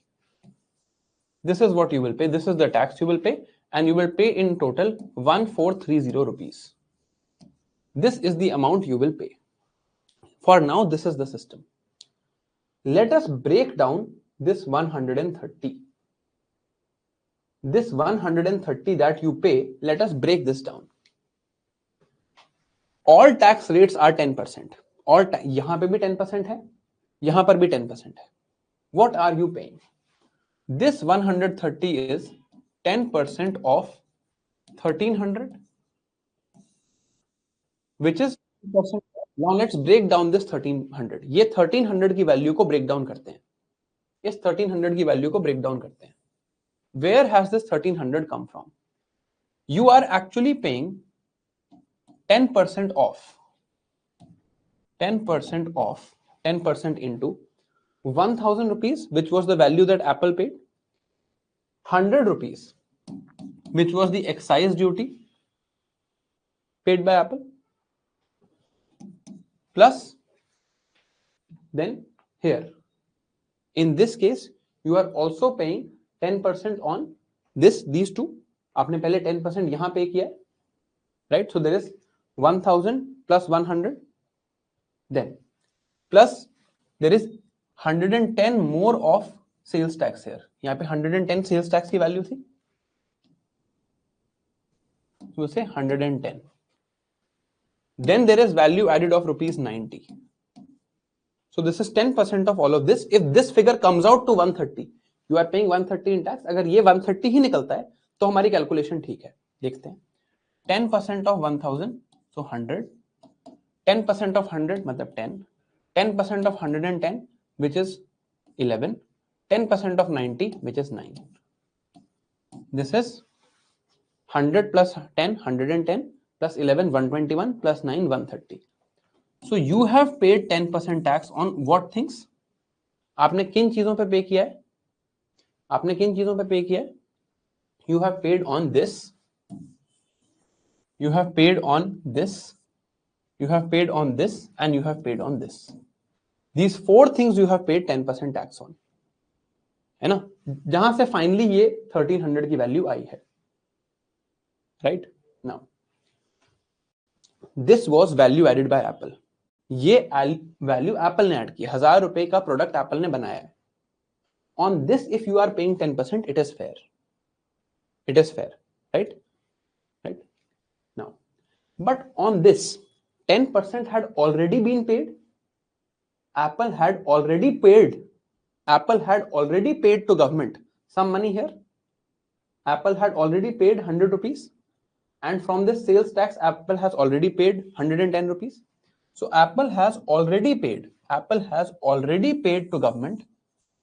क्योंकि ये responsibility तो Apple की है. Apple has already paid to government in this case a value of 110 plus 100. So Apple has already paid 100 plus 110 to the government. 100 Apple has paid as excise, and 110 Apple has paid as sales tax. Excise duty and sales tax Apple has already paid. Distributor is going to collect from you 130 rupees. Distributor is also going to pay this 130 rupees. This 130 rupees is taxed firstly on this 1000 rupees. This is 10% of 1000 plus 100 plus 110 plus 90. Right? This is what 130 is. This 130 is tax on this. But on this value, on this 1000, already Apple has deposited this money. ये already deposit हो चुका है. This is double taxation. On the same value, now another tax will be deposited. इस value addition पे already tax deposit हो चुका है. This 130 also comes from this 100. This is tax on tax. This 130 also comes from this 110. This is also tax on tax. The last comes from this 90. This is okay because this was new value added. New value added by distributor. So ideally, distributor should be asked only to deposit 9 rupees now. Distributor should be asked to deposit to the government only 9 rupees. Because that is the fresh value added. On this value, some tax has been deposited. ये value added थी, ये value added थी. इस value added पे, इस चीज पे already tax deposit हो चुका है by Apple. Distributor has paid it. Right? Distributor should only be asked to deposit rupees 9 now. should not be asked to deposit tax on this or tax on, ये tax on tax तो गलत है ही, दोबारा से 1000 rupees per tax लेना भी गलत है, क्योंकि आप एक बार ले चुके हो. Is this clear? This is the case. This is the case of double taxation. This is the case of tax on tax. अगर ये क्लियर है तो जीएसटी खत्म हो गया हमारा टॉपिक. समझ आया क्या हो रहा है यहां पे? Did you understand what was happening here? अरे everything is written on the board. You write it yourself, you will get clear. अगर आप खुद लिखोगे तो क्लियर हो जाएगा. सब कुछ लिखा है बोर्ड पे, सब कुछ लिखा है. देखते हैं, चलो. Let's see what is the money government receives in this case. Apple. Apple से गवर्नमेंट कितना पैसा रिसीव करती है? What Apple pays to the government is how much? Let's see. Apple pays to the government. Apple pays to the government. Firstly, 100 rupees in excise duty and 110 rupees in sales tax. Excise duty, sales tax. What does distributor pay to the government? Distributor also pays 130 rupees in sales tax. This is the tax that government receives. This is the tax that government receives. Government ने बोला क्या था? 10% on production. 10% on production means that जब भी कोई चीज 1000 rupees की produce हुई है, 1000 रुपीज की प्रोड्यूस हुई है, तो उस पर 100 रुपीज टैक्स कलेक्ट होना चाहिए. 10% ऑन प्रोडक्शन. 1000 रुपीज की चीज प्रोड्यूस हुई, उस पर 100 रुपीज कलेक्ट होना चाहिए. यही गवर्नमेंट ने बोला था. हो कितना रहा है? This 130 is equal to 10% of 1000 plus 100 plus 110 plus 90. यहां पर 1000 रुपीज की चीज प्रोड्यूस हुई, प्रोडक्शन ऑफ 1000 रुपीज. यहां पर एक्चुअल प्रोडक्शन कितनी है? Whatever value added he has done, whatever value he distributor has added, that is the production. What is the production here? 90 rupees. Actual production कितनी हुई economy में? Actual production हुई है economy में 1090 रुपीज. गवर्नमेंट क्या कह रही है? प्रोडक्शन पे मुझे 10% टैक्स दे दो. तो what is the production tax that should be given? What is the excise duty that should be given? 109 rupees. Law तो ये है.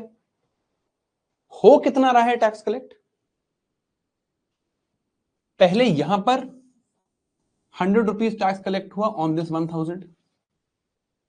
फिर यहां पर 10% ऑफ 1000, दोबारा से 100 रुपीज टैक्स कलेक्ट हुआ ऑन दिस 1000, और फिर 10% टैक्स कलेक्ट हुआ इन ऑन दिस 90. तो हो कितना रहा है ऑन प्रोडक्शन? 100 plus 100 plus 9. तो actually we are collecting 100 plus 100 plus 9. We have taxed that 1000 rupees की production twice. We have taxed that 1000 rupees production twice. Central government is getting how much tax here? यहां पर 100 हो गया production पे. Now central government should get some money on this production. That's it. But central government will get 100 plus 100 plus 9. ये जो extra 100 है, this is double taxation. I have taxed this 1000 twice. अब समझ आया? Double taxation.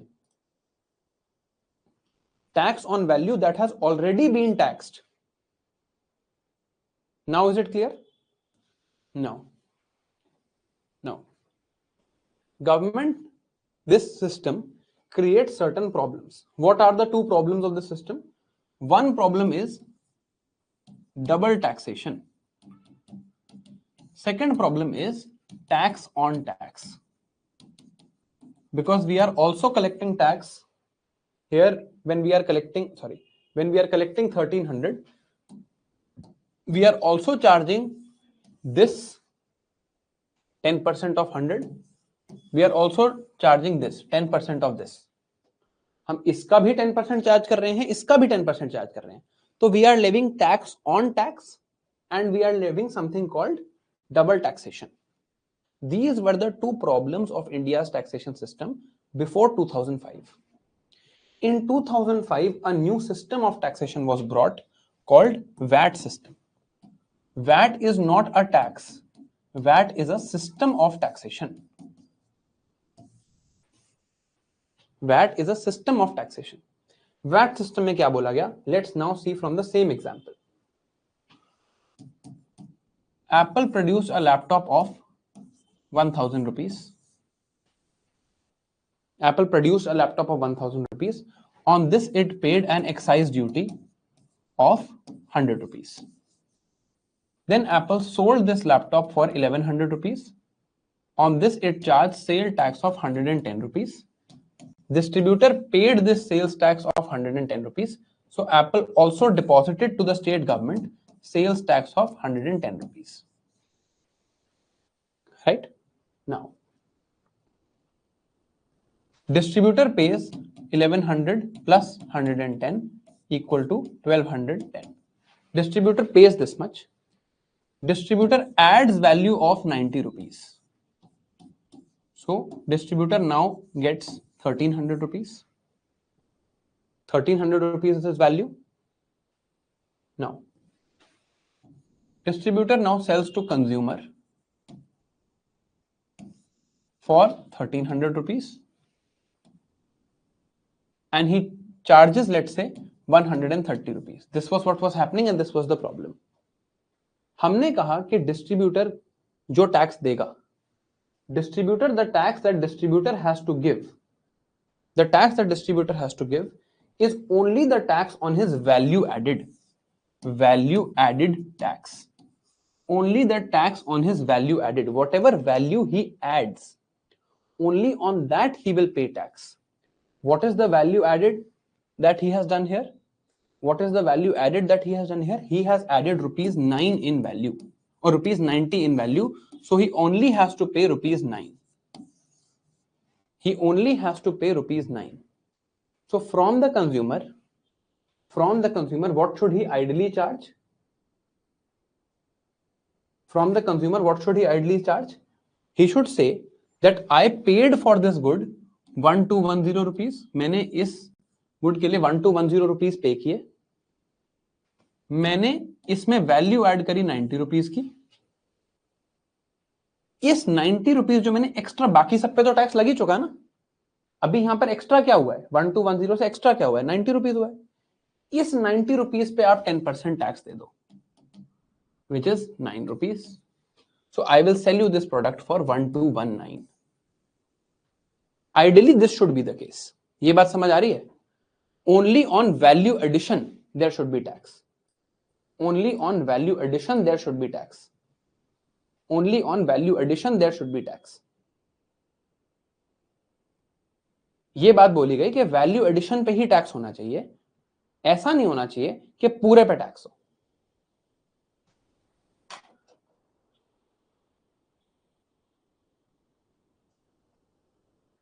Yeah, it should be 1309. Sorry about that calculation. It should be 1309. 1210 plus 1309. You pay me this much. You pay me this much. This is what you should be paying me ideally. This is what you should be paying me ideally. What were you originally paying? What were you originally paying? You were paying 1430. You should not pay 1430. You should actually be paying 1309 because this is the value that I have added. Now, इसको अब calculate कैसे किया जाए? इसको हमने conceptually तो ये बात मान ली, बट अब करें कैसे कैलकुलेट? बिल ऐसे तो नहीं होता. This is not how bills are created. जब भी आप कोई चीज खरीदते हो, the bill does not say that okay cost of input was this much, value added was this much, therefore tax is only on value added which is 10%. ऐसा तो bill नहीं बनता लाइफ में, राइट? बिल पे क्या होता है, और ऐसा बिल बन भी नहीं सकता. I am sure you will also understand that such bills can not be made, right? एक तो इससे डिस्ट्रीब्यूटर को हमेशा पहले अपनी खुद की वैल्यू एडेड कैलकुलेट करनी पड़ेगी, which is very difficult to do. कैसे करो आप value added calculate? And then you can't make a bill like this. आपने लाइफ में ऐसा कोई बिल नहीं देखा होगा, cost of input, value added, then this much. This is not possible. और इस केस में अगर ये होगा, right, distributor itself has to calculate value added, which is not possible. तो अब क्या करें? बिल तो 1300 का ही बनेगा. बिल तो 1300 का ही बनेगा. right? In this case also bill will be made of 1300. 1210 का डिस्ट्रीब्यूटर ने खरीदा and 90 rupees is his profit, bill तो ये 1300 का ही बनाएगा। बिल अगर 1300 का है, बिल अगर 1300 का है तो sale value is 1300। Sale value अगर 1300 है तो 10% of sales value which is 130 rupees ही टैक्स कलेक्ट होगा। ऐसे ही टैक्स कलेक्ट होगा, आप तो कुछ नहीं कर सकते। तो अब इस प्रॉब्लम को सॉल्व करने के लिए किया क्या, प्रॉब्लम समझ आ रही है कि वैल्यू एडेड डिस्ट्रीब्यूटर खुद कैसे बताए कि मेरी वैल्यू एडेड इतनी है। And this is not how bills are prepared anyway, right? आपने जितने बिल्स देखे होंगे ऐसे नहीं होते। Now understand how to solve this problem. अब इस प्रॉब्लम को सॉल्व कैसे करना है ये समझते हैं। To solve this problem what we will say is that everyone will have an account with the government who except the consumer। Consumer को हटा दो, एप्पल का भी और डिस्ट्रीब्यूटर का भी एक अकाउंट होगा with the government. Apple has an account with the government, distributor has account with the government. Apple has the account with the government, distributor has account with the government. Distributor का जो account होगा government में, उसमें क्या लिखा होगा? उसमें दो चीजें लिखी होंगी, tax already paid and tax due. Tax already paid and tax due, ठीक है? Tax already paid and tax due. अब इस केस में देखते हैं, अब इस केस में प्रॉब्लम सॉल्व करने की कोशिश करते हैं। What is the tax distributor has already paid? What is the tax he has already paid? When he first gets a bill from Apple, इनको एक एप्पल से बिल मिलता है, एप्पल से एक बिल मिलता है। इस बिल पे क्या लिखा है? What is written on this first bill? Apple gives distributor a bill. On this bill what is written? 1100 rupees, because वो एक्साइज ड्यूटी को सेपरेट तो नहीं करेंगे। They will write 1100 rupees plus value of sale plus 10% sales tax। 1100 rupees plus 10% sales tax, which is 110। इस bill pay लिखा होगा, ये bill बना है तो this information has gone to central government, it has gone to state government। State government now knows that distributor has already paid a tax of 110 to us। Distributor has already paid 110 to state government। ये चीज इस bill pay लिखी है। Now distributor will give this bill to consumer। Distributor will give a bill to consumer। What will distributor write? Distributor will write 1300 plus 10%। 1300 plus 10%। Now, from here he will collect certain tax। From here he will collect certain tax। Whatever he writes on the bill, bill making भी अभी हम देखेंगे। He will collect certain money from consumer। He will collect this money in the form of, let's say, tax and whatever is his value added। So he had paid 1210 rupees, he has value added 90 rupees, so he will say 1300। and now whatever bill he makes, जैसे भी वो bill बनाएंगे वो लिखेंगे 1300 plus tax, ऐसा कुछ लिखेंगे, right? Now on this bill, on this 1300, state government will say that distributor has taken a bill of 1300। Bill निकाला है 1300 का। Our sales tax is 10%। Therefore, he has to deposit 130 rupees of more tax। This is now tax due। This is tax due। But already this distributor has paid 110 rupees। 110 rupees already आ चुका है। So state government will not ask him to deposit 130। State government will ask him to deposit only what is the difference here। State government will say, यहां आप already दे चुके हो, you have already given 110 rupees to us। Now after your value addition, you are charging this much tax, right? इसमें से आप already पे कर चुके हो हमें 110 rupees. You have already paid to us 110 rupees. We are writing this in your account that you have already paid 110 rupees. You now whatever extra bill you create, अब जो आप bill बनाओगे, now whatever bill you create, from that bill what tax you collect, we will check against what you have already paid. If you have already paid that amount, we will not ask you to again deposit the entire amount. हम आपको पूरा amount दोबारा deposit करने को नहीं बोलेंगे. We will just ask you to deposit what is due, whatever is the difference here. मैं figure यहां पर भूल जाओ, forget the figure. Is the concept clear? Is the concept clear? दोनों के बीच में is the concept clear to you? This concept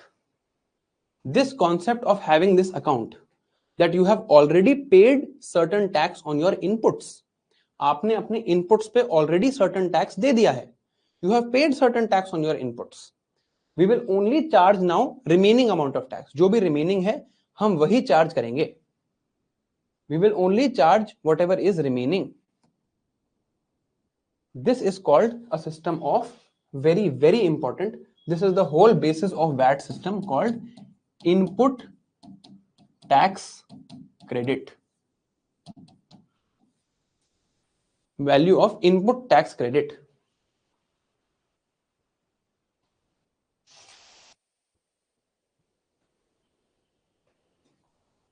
तो अब डिस्ट्रीब्यूटर अपना बिल में क्या लिखेगा? What will distributor now right in his bill? हम बिल में कैसे कैलकुलेट हो रहा है बिल, कैसे बन रहा है बिल, वो देखते हैं. Let's understand how the bill is made. Value of input. Value of input was 1100. This is value of input. जिस वैल्यू पे उसने इनपुट खरीदा 1100. Tax already paid is 110. इसको अलग से लिखते हैं. डिस्ट्रीब्यूटर की बात देख रहे हैं. Tax already paid, he has already paid 110 rupees of sales tax. Tax already paid 110. Value added 90 rupees is his value added. 90 rupees is his value added. What is the value of sale now? He will now prepare a different bill. He will now prepare a different bill. He will say that I am preparing a bill of 1190 rupees. I am now preparing a bill of, I will not write this. जो taxes I have already paid, this I will not write in the bill. I will not write this in the bill. I will just write in the bill now 1190. I will write this in the bill and ask the customer to pay 10%. You will pay 119 rupees. Distributor now has to deposit 119 rupees to the government. He will not write the taxes he paid in the last stage. Last stage mein, when he was buying his input, he bought the input for 1100. He paid 10% sales tax. Distributor here bought input for 1100, paid 10% sales tax.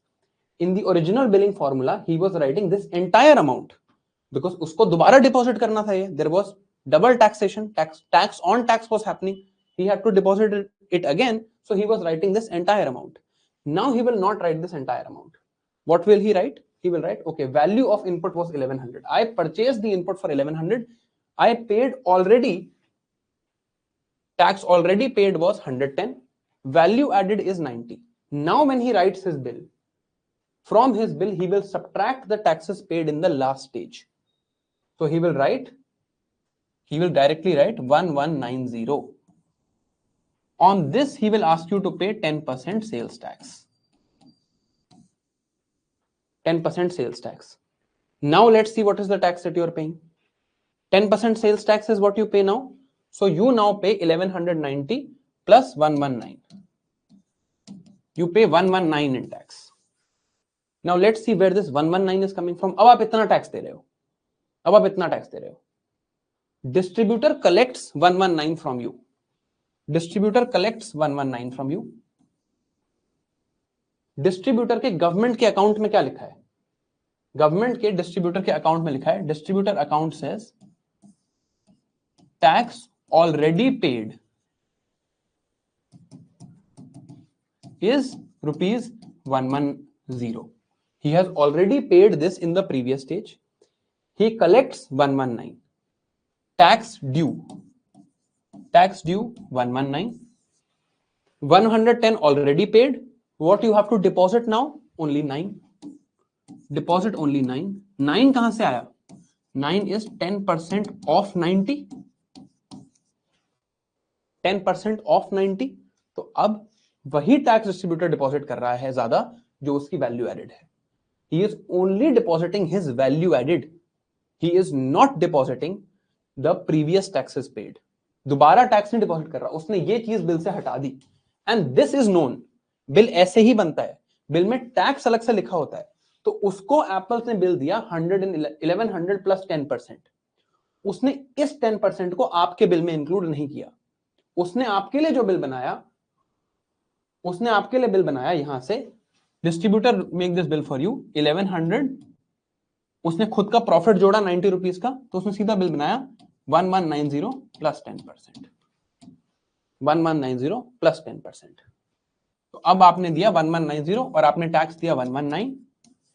अब distributor government को deposit करना चाहता है. Already he has paid this much tax. वो दे चुका है इतना tax Apple को. Already it has paid this much tax. He only has to deposit 9 rupees more and this is exactly his value added of rupees 90.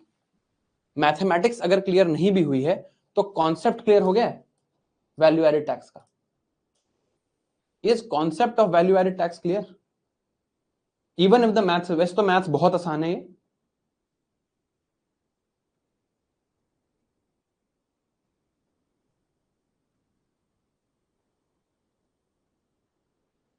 Okay great. अब इसी transaction को दोबारा देखते हैं. अब समझ, ये तो वैट सिस्टम है, this is the VAT system. ठीक है. अब पहले इस ट्रांजैक्शन को दोबारा देखते हैं.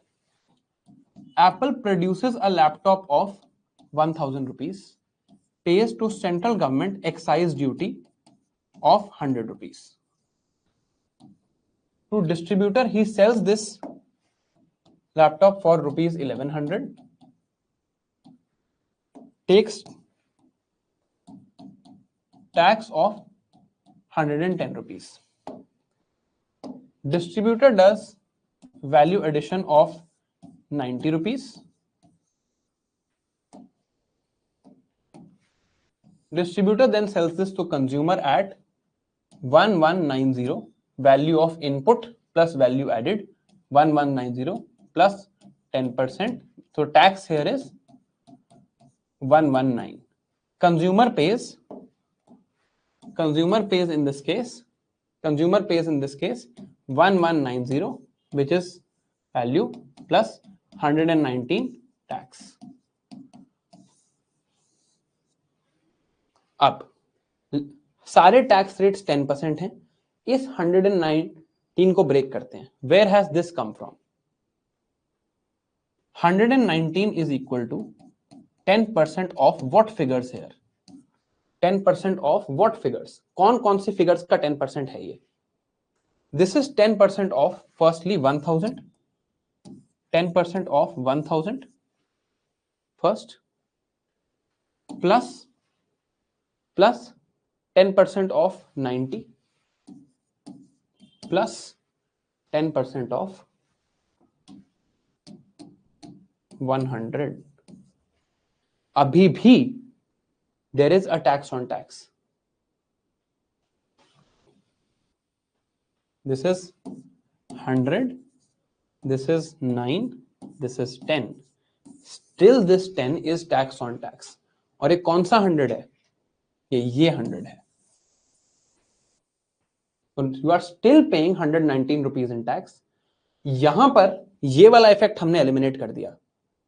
इसकी डबल टैक्सेशन को भी हमने एलिमिनेट कर दिया, पर ये एलिमिनेट नहीं हुआ. बात समझ आई? Is this clear? बहुत सिंपल मैथ्स है यार. मतलब और इतना सीसैट अगर क्लियर करना है तो this we have to understand. Is this clear? सारे टैक्स रेट्स 10% हैं.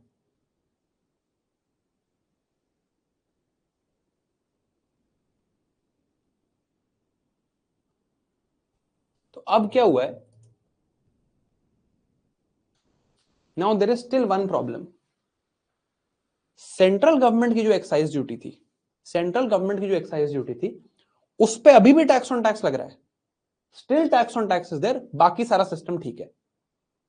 क्योंकि अगर मैं वैसे देखूं तो इस पूरी ट्रांजैक्शन में हुआ क्या है, what has happened in this entire transaction, मैं वर्ड्स में लिखता हूं.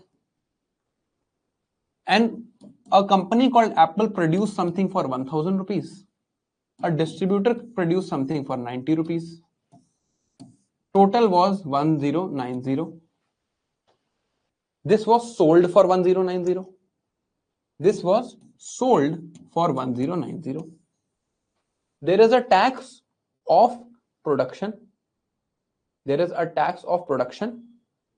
There is a tax of sale. Both taxes are 10%. Right? There is a tax of production. There is a tax of sale. Tax of production and tax of sale are both at 10%. But the tax that is actually getting collected, that is at this value. There is also a tax on tax. There is also a tax on tax that is getting collected here, which is unfair. Right? अब ये क्यों हो रहा है? Why is this happening? क्यों हो रहा है ये?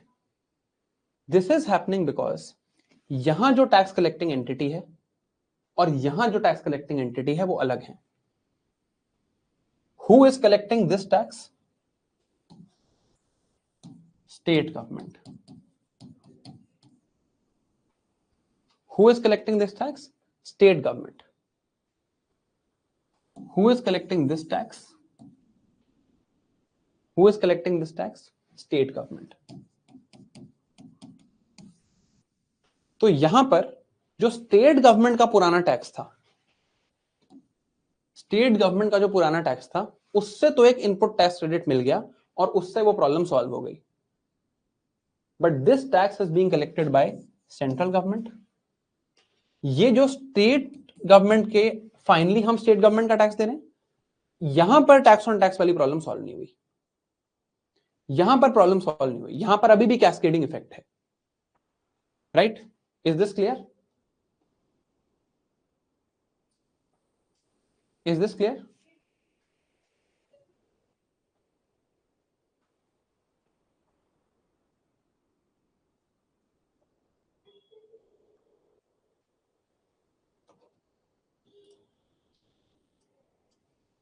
So this was the problem. VAT system में क्या हिसाब किताब था? Now I will tell you about the VAT system. What was the problem in the VAT system? In the VAT system, अगर मैं वैट की बात करूं तो पहले तो जो इनपुट टैक्स क्रेडिट का सिस्टम था, that was only against the particular tax. आपको सेल्स टैक्स का इनपुट टैक्स क्रेडिट मिला, स्टेट गवर्नमेंट का है, तो आप पुराने सेल्स टैक्स से ही ऑफसेट कर सकते हो उसको. यहां पर क्या हो रहा है? आपको इनपुट टैक्स क्रेडिट मिला था, that's why you are able to offset this.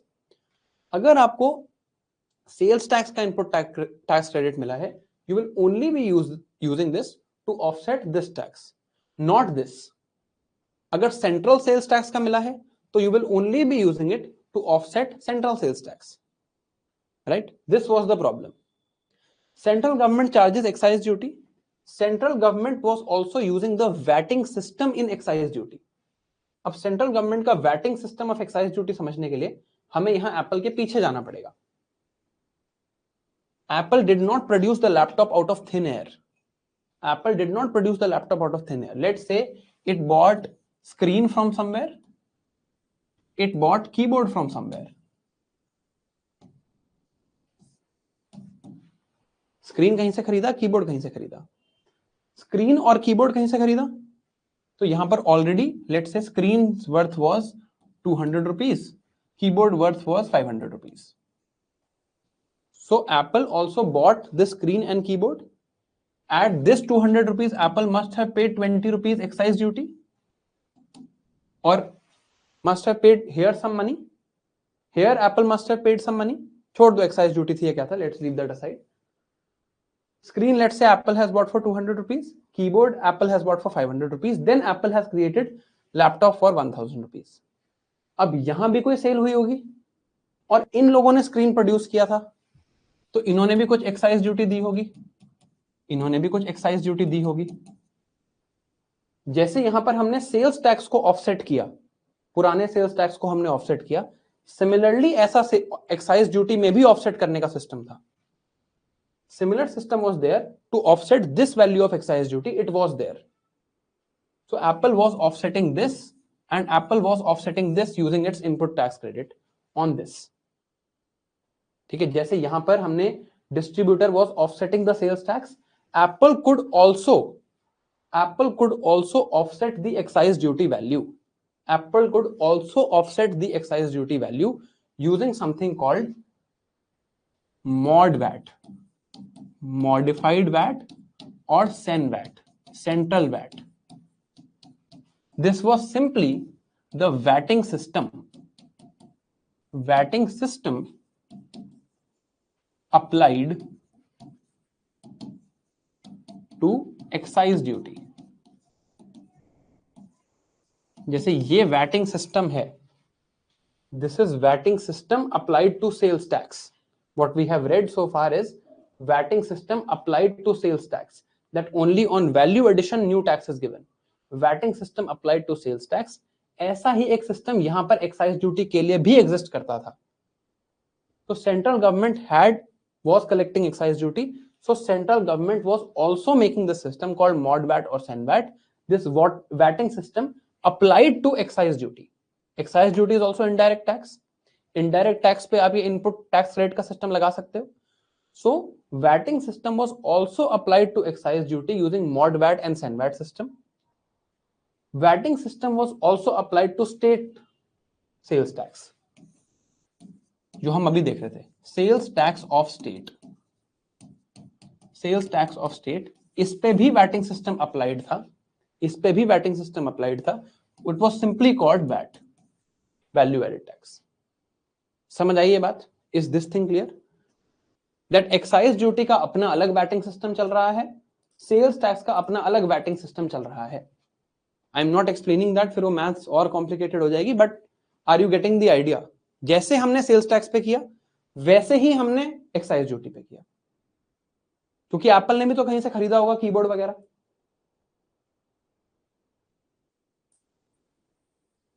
ठीक है, अब प्रॉब्लम यहां क्या थी? इस सिस्टम में एक ही प्रॉब्लम है.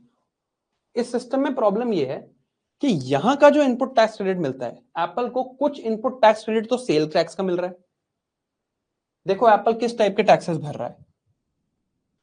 Apple has to deposit certain sales tax to state government. Apple has to deposit excise duty to central government. This is also under the VAT system, so there must be some input tax credit. This is also under mod VAT or sen VAT system, so there must be some input tax credit. यहां पर भी input tax credit होगा, यहां पर भी input tax credit होगा. तो input tax credit की प्रॉब्लम नहीं है. प्रॉब्लम क्या है कि जो ये इनपुट टैक्स क्रेडिट मिलता था, ये इससे वो ये नहीं पे कर सकता. You can not use this input tax credit to offset this. आप ये इनपुट टैक्स क्रेडिट यूज करके सेल्स टैक्स को ऑफसेट नहीं कर सकते. You understanding? You can not use this input tax credit to offset sales tax. You can not use this input tax credit to offset excise duty. आप इस input tax credit से excise duty offset करोगे, आप इससे sales tax को आप offset करोगे. क्यों? क्योंकि दोनों की अथॉरिटीज अलग हैं. ये सेंट्रल गवर्नमेंट के अकाउंट में है, ये स्टेट गवर्नमेंट के अकाउंट में है. This is in the state government account. Apple has account with state government. This is in state government account. This is in central government account. You can't use this to offset this. You can't use this to offset this.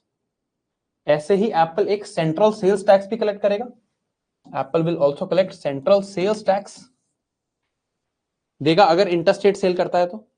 This account will be with central government, this is also under vatting system. यहां पर भी input tax credit मिलेगा, but again you can not use this to offset this और offset this. Now this was creating a problem, this was creating a problem. आपके पास excise duty का input tax credit इकट्ठा हुआ है, but आप उसको यूज नहीं कर सकते ऑफसेट करने के लिए सेल्स टैक्स को। ये बात समझ आई कि आप अपने उसी इनपुट टैक्स क्रेडिट से ऑफसेट कर सकते हो।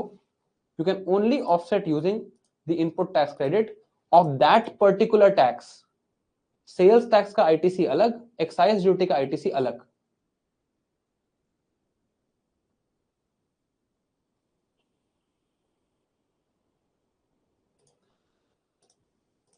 अब इस वजह से थोड़ी बहुत टैक्सेशन ऑन टैक्सेशन हो रही है, अभी भी कैस्केडिंग इफेक्ट पूरी तरह गया नहीं है। एंड प्रोड्यूसर्स के लिए एक प्रॉब्लम है, ये वाला इससे कंप्लायंस की प्रॉब्लम अलग है। This problem was solved by GST. ये क्यों हो रहा है, इसके रीजन समझो। यहां पर क्या हो रहा है, there are two things happening here. One, there are different events of taxation.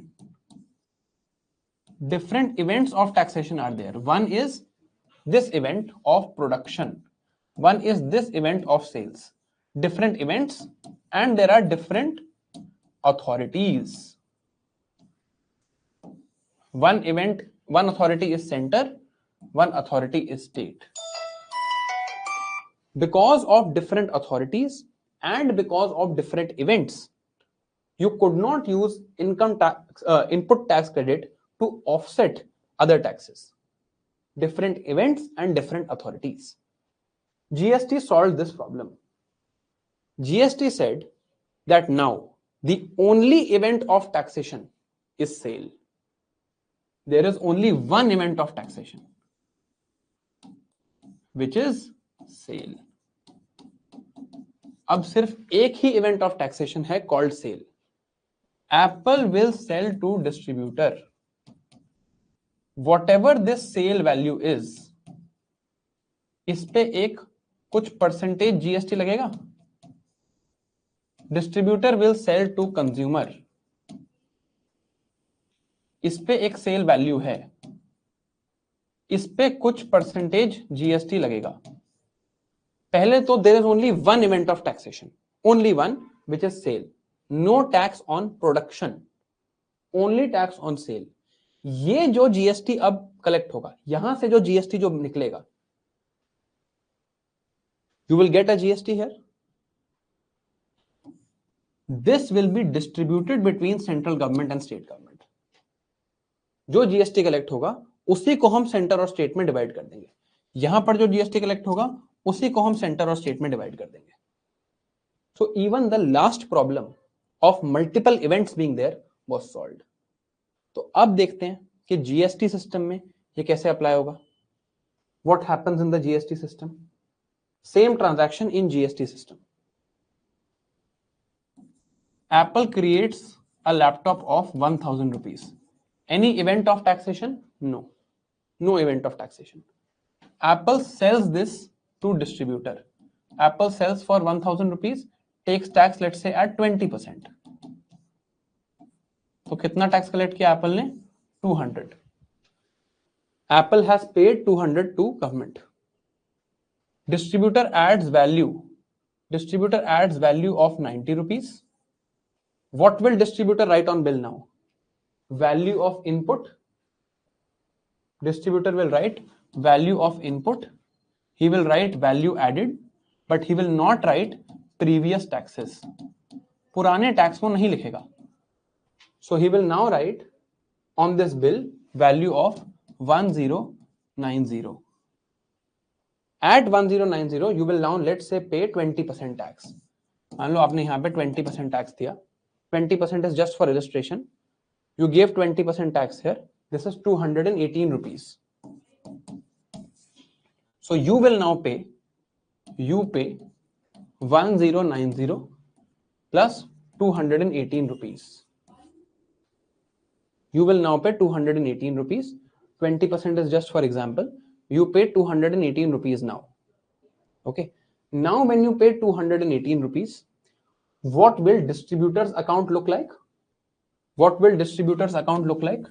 Distributor's account will look like, distributor's account will look like that you have already paid tax, already paid, tax already paid in distributor's account will say tax already paid is rupees 200. Tax collected, tax collected or tax due, collected भी नहीं, tax due was 218 rupees because you made a sale of 1090. इसका 20% is your tax due. You have already paid 200. So what distributor now has to pay? 18 rupees. 18 rupees is 20% off 9. 18 rupees is 20% of 9. So this is fine. तो distributor के side से तो अभी calculation ठीक है. अब हम आपकी टैक्स की कैलकुलेशन देख लेते हैं. You are now paying tax of 218. Tax rate is 20%. 218 is 20% of 1000 plus 90. ये चीज भी प्रोड्यूस हुई थी, ये चीज भी प्रोड्यूस हुई थी. टैक्स उन्हीं चीजों पे लग रहा है जो प्रोड्यूस हुई थी. 20% of 1000 is 200. 20% of 90 is 18. So you are paying only 218. तो आप उन्हीं चीजों पर टैक्स दे रहे हो जो प्रोड्यूस हुआ है. You are not paying tax on things which are tax on tax. You are not paying tax on things twice. You are only paying tax on things that has been value added. Apple added value of 1000, distributor added value of 90. You are only paying tax now on value added, actually paying value added tax now. ठीक है, there is one event, तो distributor is also paying on same, और अब 20% पे uniform taxation है. इसी को central state government में डिस्ट्रीब्यूट कर दिया जाएगा. इस system of GST clear? GST क्या आया, क्या था और क्या करा उसने finally? Is this clear? GST की टैगलाइन क्या है? One nation one tax. So one event of taxation, one event of taxation is one event of taxation. One event of taxation, only event is sale. One taxation authority, one taxation authority. There is a system in GST. अगर आपका total collection या total state, let's say total आपकी registration दोनों जगह होती है, you register in both places. This is an internal system that अगर 1 करोड़ से ज्यादा की टैक्स लायबिलिटी है तो सेंट्रल गवर्नमेंट के ऑफिस में जाता है. 1 करोड़ से कम की है तो स्टेट के पास जाता है. एक एस्टिमेशन है वगैरह वगैरह. We don't have to go into that. We have to understand one nation one tax. That पूरे नेशन पे अब एक टैक्सेशन लग रही है from one system on one event through one authority. That one authority might keep changing but होगी एक ही, होगी एक ही. This system has been made. This is why it is truly one nation one tax. It has eliminated any cascading effect of taxes. It has eliminated all sorts of various other tax on tax, double taxation burden, etc. That is why it is a huge and hugely successful reform. Now, your homework today is to read about GST from Lakshmikant. इसका एक polity का भी angle है. This is a huge victory for federalism also. There is the GST Council. जो लोग हमारे foundation course में हैं और पॉलिटी क्लास पहले देख चुके हैं, उनको वो ऑलरेडी पढ़ चुके होंगे. अगर आप फाउंडेशन कोर्स में हो और आप 2026 के लिए प्रिपेयर कर रहे हो, you are going to read it anyway. आपको ये पढ़ाया जाएगा, right? But this is a huge victory for federalism because centre and states have come together in one place. Therefore this is a huge victory for federalism. और federalism के topic में भी GST इसलिए बहुत इंपॉर्टेंट रहता है. So we will read it from Laxmikanth once. एक बार उसको रीड करेंगे और समझेंगे what is the GST Council. ये चेंजेस करने के लिए कुछ कॉन्स्टिट्यूशनल अमेंडमेंट्स की गई. We will read those changes, then read this document once. You will understand everything. Okay. Now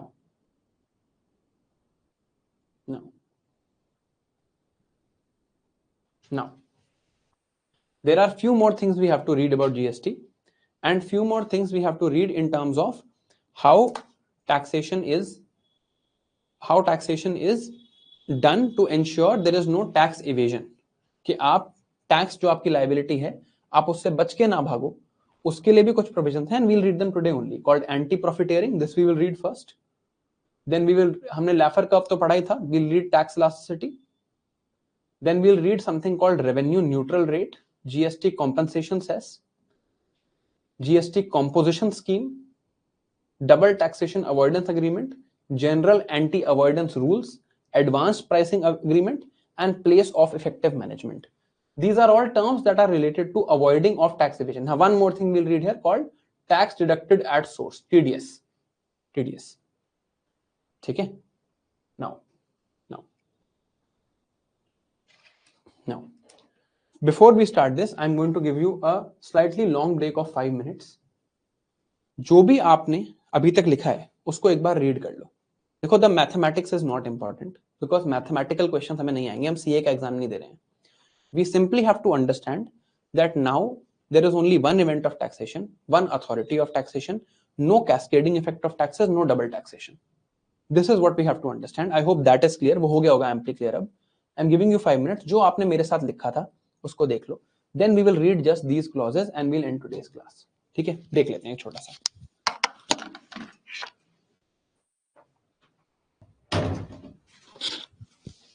Now, let us read some of the clauses of GST. One is anti-profiteering clause. Anti-profiteering clause. हमने क्या देखा? That जब a producer has to make a bill, when distributor was making his bill, इसी case से समझते हैं क्योंकि हम इसी केस से समझ रहे हैं सब कुछ. Distributor is making his bill. His value added is rupees 90. His cost of input is rupees 1000. Right? He has already paid 200 rupees GST here. Right? In your bill, what should he write? He should write 1090. So he should write input cost and his profit or value added. इसको मिला के इसको लिखना चाहिए 1090. He should not write simply. He should write this value and then charge you 20%. Now, distributors करते क्या हैं? What do distributors do which is illegal? They will write complete 1200. They will write 1290 and from here charge you 20% tax. This is what they will write on the bill that is given to you. आपको bill pay ये लिखेंगे. They will give you a fake bill. They will write this on the bill. Right? The actual bill that they submit to the government, on that bill they will write this. So this is the bill they are giving to government. This is the bill they are giving to you. इससे हुआ क्या? Ideally ये सारा GST का system हो क्यों रहा था? ताकि जो कंज्यूमर है, the person who is the consumer, they should not pay tax on tax. They should not pay double taxation. But they have written this.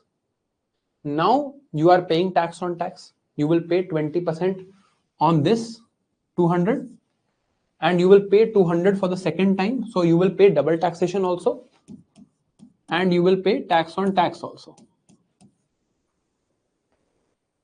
But this is the bill distributor will submit to government. So जो यहाँ पर extra पैसे हैं, now you are paying this money 1290 plus 20%. What does distributor have to deposit to government? Only 218. जो extra उन्होंने आपके fake bill पे लिखा, this is the fake bill given to you. जो extra आपके fake bill पे लिखा गया, that distributor will keep in his pocket. Distributor will keep this in his pocket. तभी आपने देखा होगा, बहुत बार आप मोबाइल फोन खरीदने जाते हो, especially if you are buying it from a local place. If you are buying it from a local place, you will see a lot of times they will be able to offer a lot of discounts to you.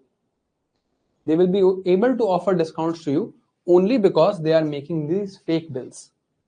Of course, they can reduce their own profit also, वो भी हो सकता है, but ये भी कर सकते हैं वो.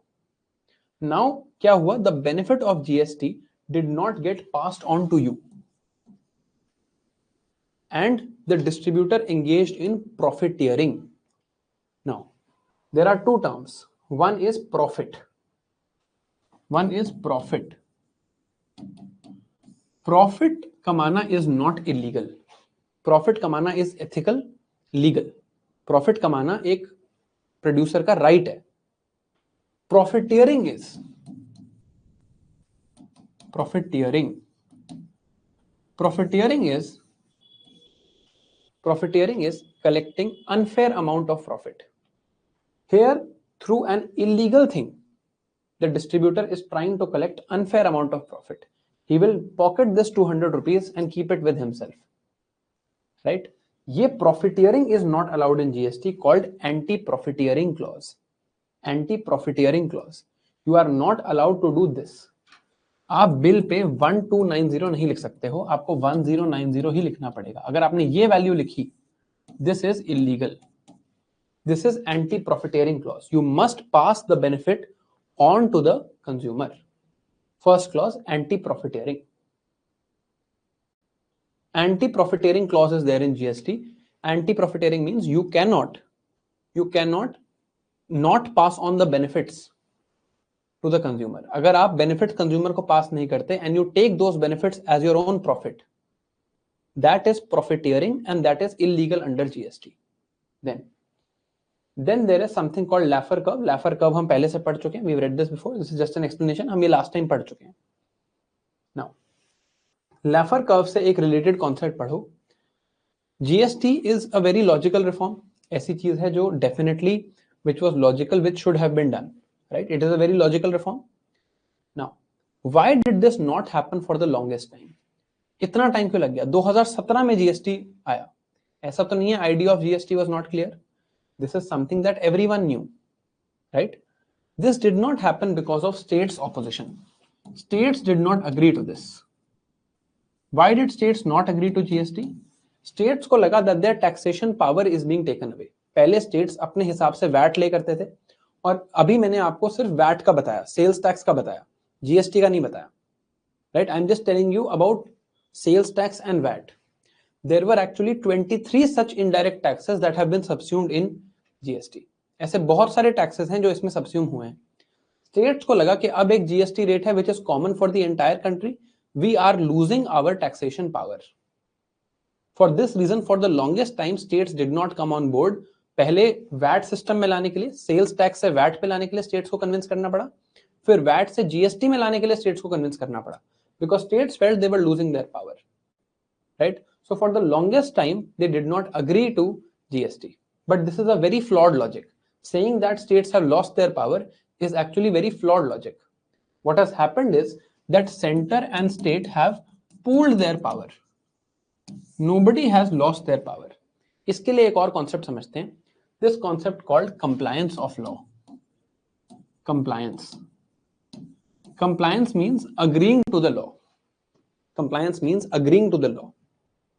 Every law has a compliance cost. If you agree to the law, you pay certain cost. Compliance cost. Every law also has some non-compliance cost. अगर आपने agree नहीं किया law को follow नहीं किया, तो भी आप पे कोई cost लगेगी. Till we were in this sales tax system, till we were in this original sales tax system, let's consider what was happening. I'll just go back to that. जब तक हम इस सिस्टम में थे तो देखते हैं क्या हो रहा है. याद है पूरा सेल्स टैक्स लग रहा है, डबल टैक्सेशन हो रही है, टैक्स ऑन टैक्स लग रहा है. What was the proof of sale? इस कंडीशन में what was the proof of sale? Proof of sale was only one called bill. Bill बनेगा तो there will be proof of sale. So in this system what people used to do was people used to say that we will not get the bill. आपने ये सुना भी होगा पहले कि अगर बिल नहीं लोगे तो सस्ते में दे देंगे, बिल लोगे तो पूरा टैक्स देंगे. Right? You must have heard this. पहले तो बहुत बात होती थी फोन वोन खरीदने में that if you don't take the bill we will give it to you very cheaply. If you take the bill then you pay all the taxation. Right? तो क्या करते थे लोग यहां पर? Cost of compliance is very high for the consumer. Cost of compliance is very high. Cost of compliance includes double taxation, includes tax on tax. So if you comply with the law, even distributor has a cost, even consumer has a cost. He is also paying tax on tax. You are also paying tax on tax. So cost of compliance is very high. तो लोग कहते थे bill चाहिए ही नहीं. If no bill, no proof of sale. If no proof of sale, no indirect tax. Cost of compliance is very high. अब bill नहीं कर रहे हो आप, बिल नहीं बना रहे हो, तो you are not complying. If you are not complying, then there is a cost of non-compliance. ना कंप्लाई करने का एक कॉस्ट था। ना कंप्लाई करने का क्या कॉस्ट था कि आप पे रेड हो सकती थी, you would be raided, if you would be raided on, right. ये रेड कौन डिसाइड करता था? Who was deciding this raid? This was a discretionary decision. Discretion से जो IRS ऑफिसर्स हैं, दे वुड डिसाइड, वो पहले देखेंगे, सर्वे करेंगे, देन दे वुड डिसाइड यार इसका लग रहा है that he does not pay GST, तो इस पे रेड कर, या he does not pay sales tax, ये बिल्स नहीं बनाता, इस पे रेड करते हैं। Naturally the small businesses which are very small, right, छोटी सी दुकान है किसी की, उन पे ये रेड्स नहीं होती थी, because why would the GST department और why would the indirect taxes department spend their resources on such small amounts? So they would think that we can get away with this, और वो bills नहीं बनाते थे, right. आपको भी पैसे कम देने, डिस्ट्रीब्यूटर को भी पैसे पीछे कम देने, right. So they would not create bills. This was the case that used to happen earlier, because cost of non compliance although very high, अगर रेड होगी तो बहुत हाई कॉस्ट है, बट उसकी प्रोबेबिलिटी बहुत कम है, बहुत कम प्रोबेबिलिटी है कि आपके ऊपर रेड होगी। बहुत सारी शॉप्स हैं, कोई भी बिल नहीं बना रहा, तो आप कहोगे यार why comply, cost of compliance is very high, cost of non compliance is very low, so people did not agree. Now जहां कंप्लायंस हो जाती है, wherever the compliance actually happens, wherever the compliance actually happens, states were collecting lot of tax. Wherever this bill was actually made, state were collecting lot of tax. But wherever the bill was not made, state is collecting zero tax. But जो state government है वो कैसे count करेगी? State government will only see the places where bills are actually made. When state government looks at the places where bills are actually made, they are collecting lots and lots of tax. अब आप उनको कह रहे हो कि ये मत करो, GST कर लो. So they will have to think that on every single bill we will collect less money, but simply more amount of bills will be made, so overall we will make more money. समझ आ रही है ये बात? That state government is thinking कि जहां bill बनता है, wherever bill is made, we collect lots of tax. आप उनको कह रहे हो कि reduce the rate and come to GST. If you come to GST, the places where bill is made, you will collect less tax, but simply number of bills will increase, so then you will actually get to the final number. Number of bills will increase, so you will get to final number. Is this clear? Did you understand what I said right now? This was the convincing that states needed. This was the convincing that states needed. That is why for the longest time GST was not implemented. For the longest time GST was not implemented क्योंकि states कह रहे थे जहां bill बन रहा है वहां तो हम बहुत पैसे कलेक्ट कर रहे हैं, बट जहां बिल बन रहा है वहां तो हम बहुत पैसे कलेक्ट कर रहे हैं, राइट। अब अखिलेश, वेरी गुड क्वेश्चन, यही आंसर करने वाला हूं मैं नेक्स्ट।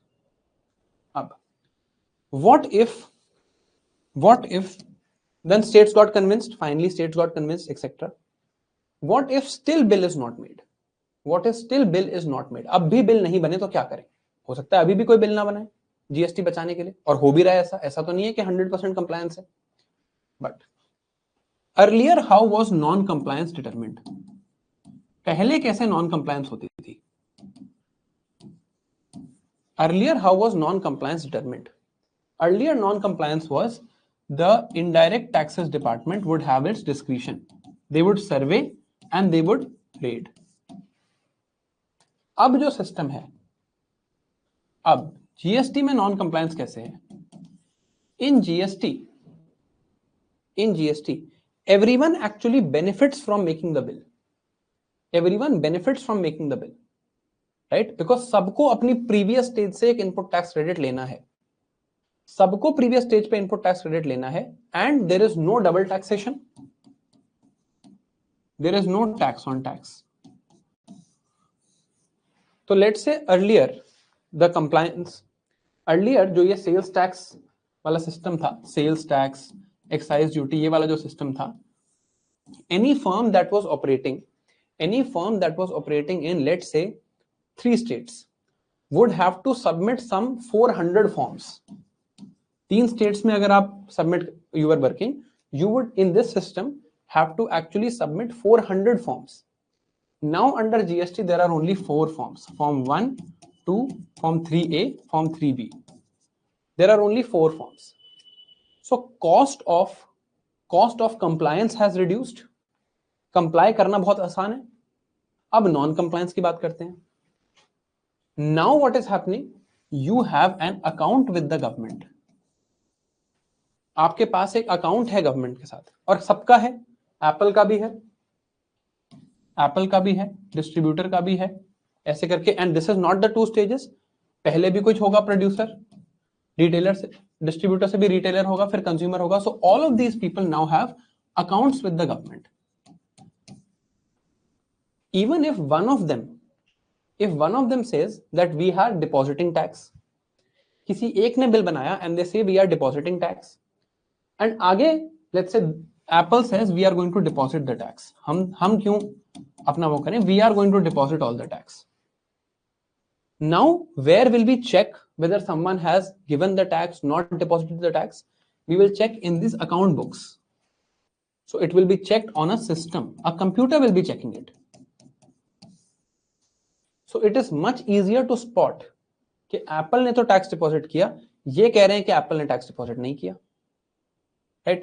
डिस्ट्रीब्यूटर कहता है मैंने बिल दे दिया, रिटेलर कहता है मैंने नहीं दिया. All of them have accounts and all of them are linked on the system. Since all of them are linked on the system, now it is a systemic detection. पहले कैसी थी? पहले discretionary detection थी.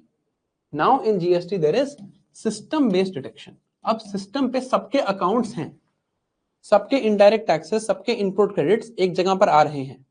सो now there is systemic detection. In the case of systemic detection it is much easier to say that non compliance is happening.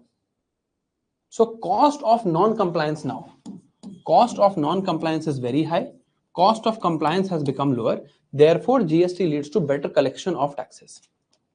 Still there are places where GST is not complied to. अब कोई small business था, पहले वो कोई भी form नहीं भर रहा था, अब उसे 4 फॉर्म भरने पड़ते हैं. So they will say we are not doing it, but the chances, it's a game of probability. Chances of people complying to GST are much more. Chances of people complying to GST are much more. Is this clear?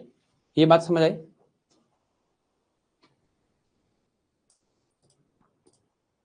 Is this clear?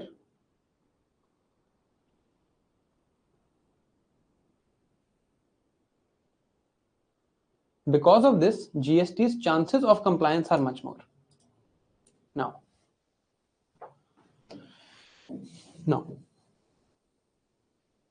one more concept we have to read is called tax elasticity.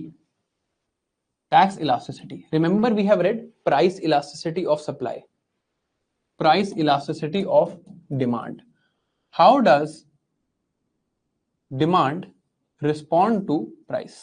Elasticity was simply responsiveness. Employment elasticity of growth. How does growth respond to employment or vice versa? Responsiveness is what we are checking. How does employment respond to change in growth? Tax elasticity is also a similar system, checking something called responsiveness. Responsiveness. How does tax collection respond? Tax collection respond. And responsiveness to what? Responsiveness to either change in tax system. अगर हमने नया tax system लगा दिया, this could be one thing. I could check responsiveness to GDP growth. अगर India की GDP growth हो रही है तो टैक्स कैसे respond करेगा? All of this is checked in tax elasticity. Something like earlier I was in sales tax system. Now I am in GST system. How has my tax collection responded? मेरी tax collection कैसे respond करी है? This could be one thing. One thing could be my GDP is growing by 1% every year, or my GDP is growing by 10% every year. What is the change in my tax collection? When my GDP was 100 rupees, government used to collect, let's say, 10 rupees in tax. Now when GDP is 200 rupees, GDP has increased by 100%. What is the change in tax collection? ये हम पहले देख चुके हैं employment elasticity of growth में. So tax elasticity of growth can also be said. Tax elasticity of change in system, tax elasticity of structural changes, that can also be said. Right? That is tax elasticity. Just the name is important. ये term कभी देख लो तो you should not get confused. Now, in GST, cost of compliance is reducing, tax forms are less, input credit is more. Cost of non-compliance is high, called systematic catching of people who do not comply. So cost of non-compliance is high. Therefore, GST compliance is easier. Now, we have broadly in India right now, although this also we will see after this year's budget, but broadly we have rates of GST at 0%, 5%, 12%, 18%, 28%. Now, किस rate पे GST लगना चाहिए? Should GST on popcorns be 5%? Should it be 12%? Should it be 18%? किस rate पे GST लगना चाहिए?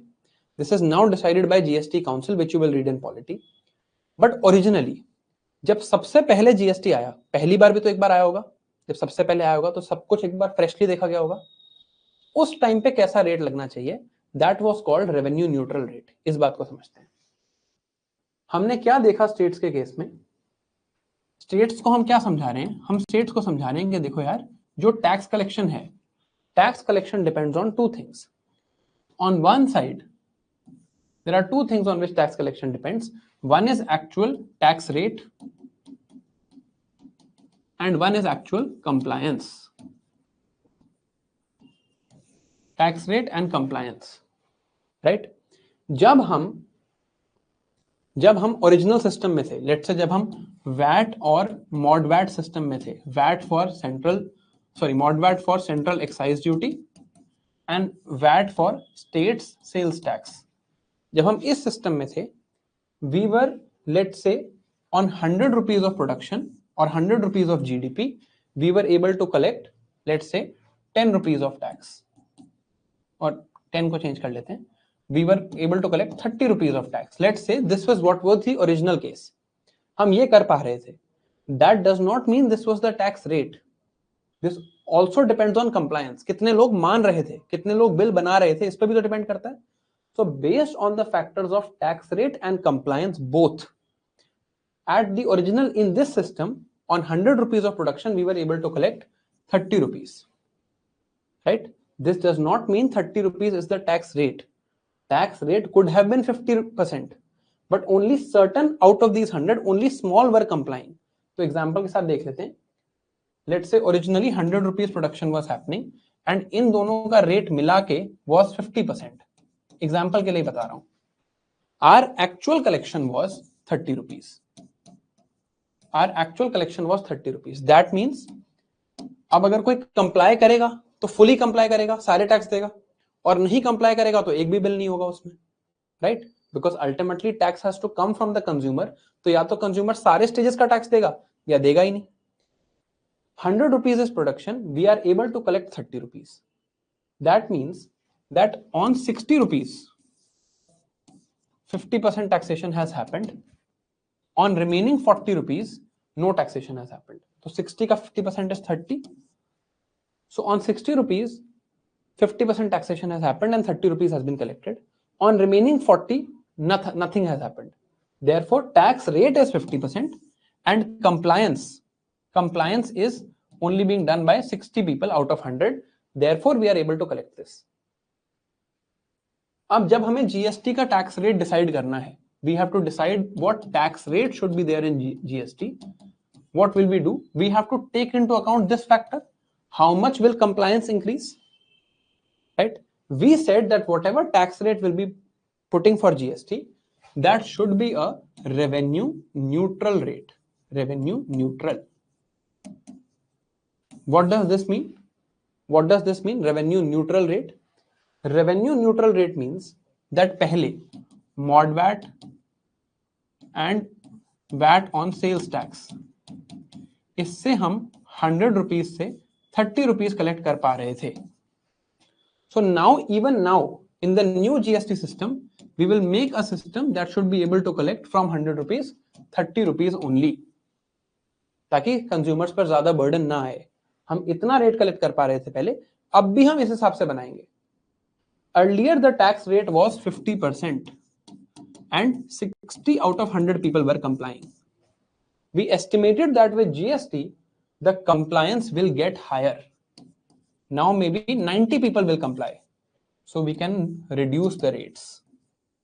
अब हम रेट को रिड्यूस कर सकते हैं, हमें 100 में से 30 कलेक्ट करना है, हम रेट रिड्यूस कर लेते हैं, right? So now if 90 are complying, on 90 the rate will be there and we have to get to 30,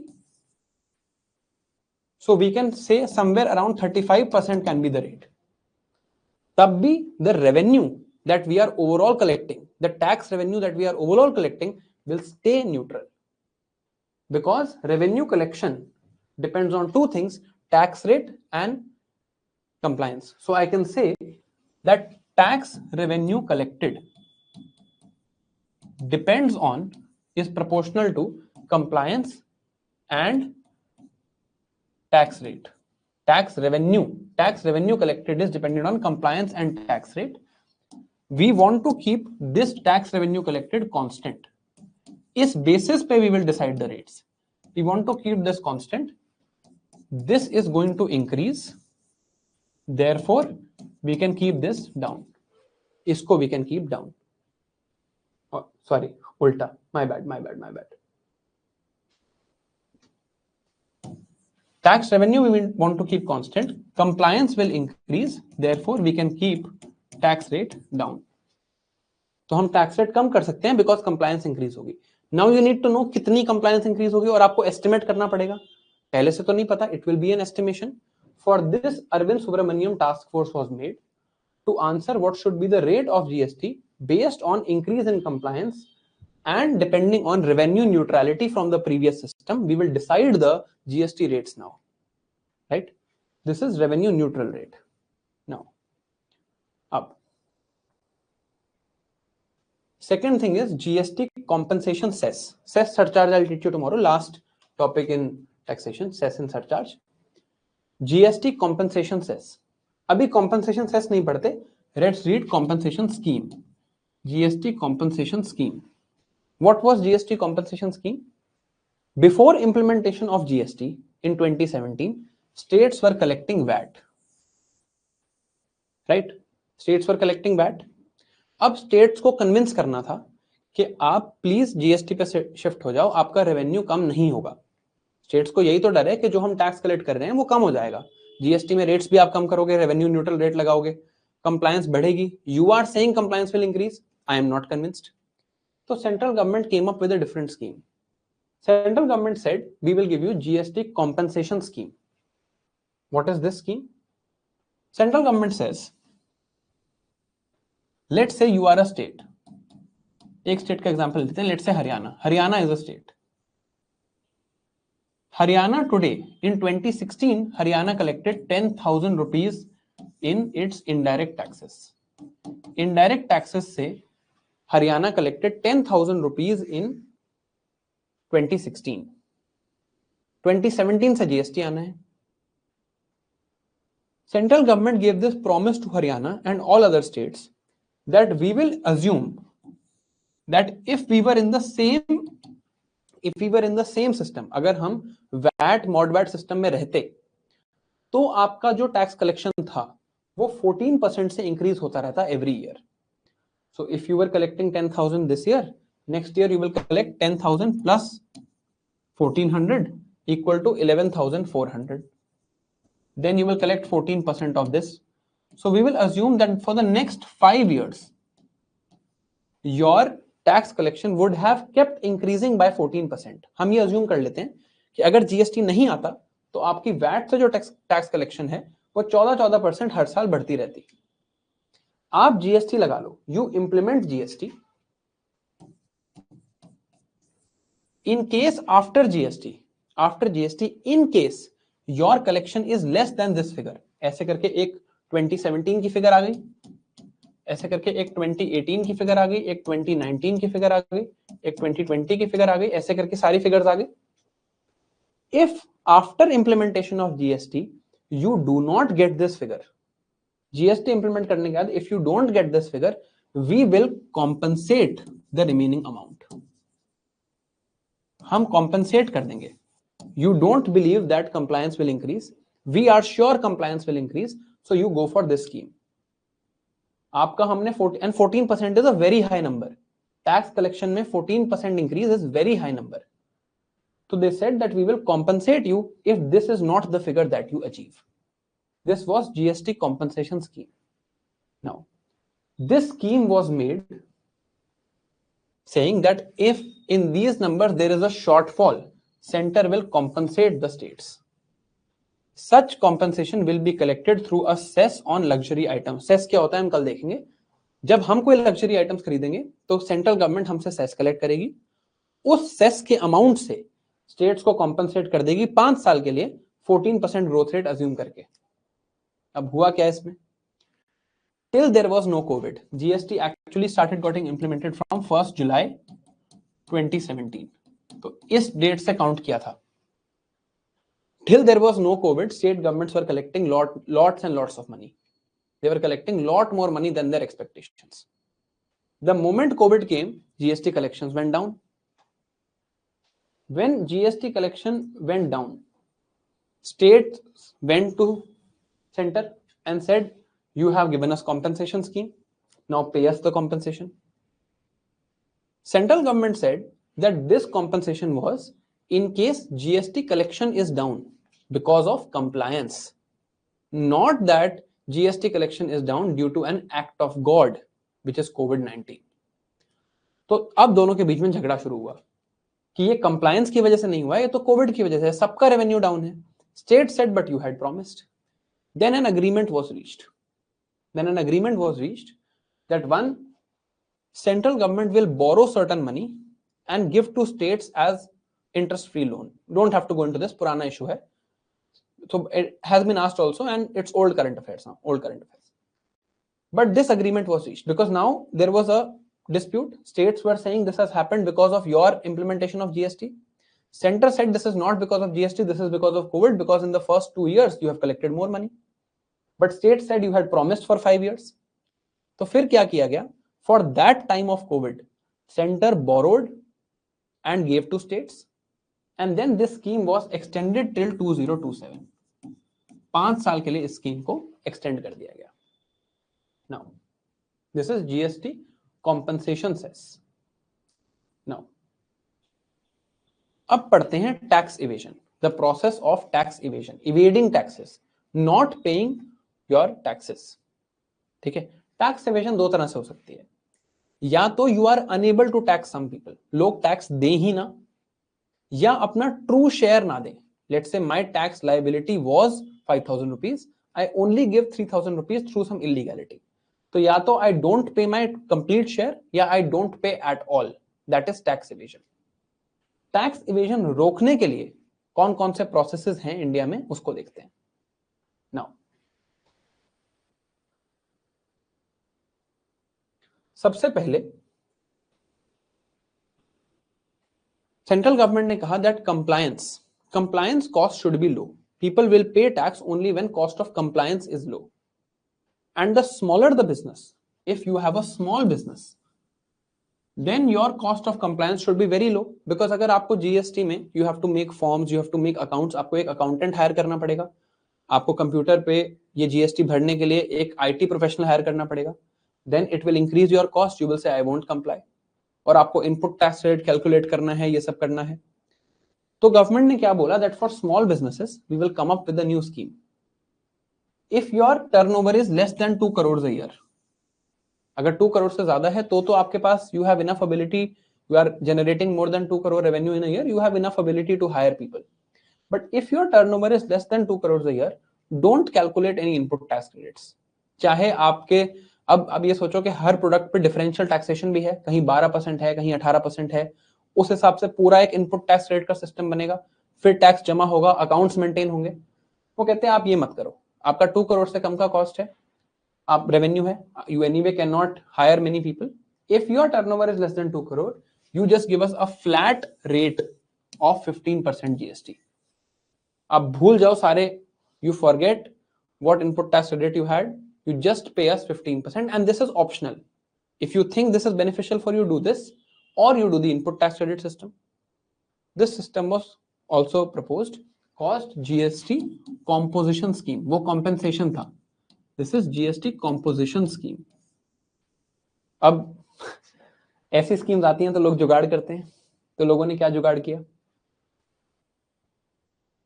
I am a, let's say, owner of a business that sells, that has 10 crore revenue, 10 crore का revenue है. I want the composition scheme. There is a 10 crore revenue. I want composition scheme. I want that I should only pay 15%, otherwise my liability is getting higher. I will split my company into 5 small companies. And now all of them are doing 2 crore business each. And in पे अब मैं 15% दे दूंगा. So my actual liability becomes 15% of 10 crores, which is lesser than my actual liability.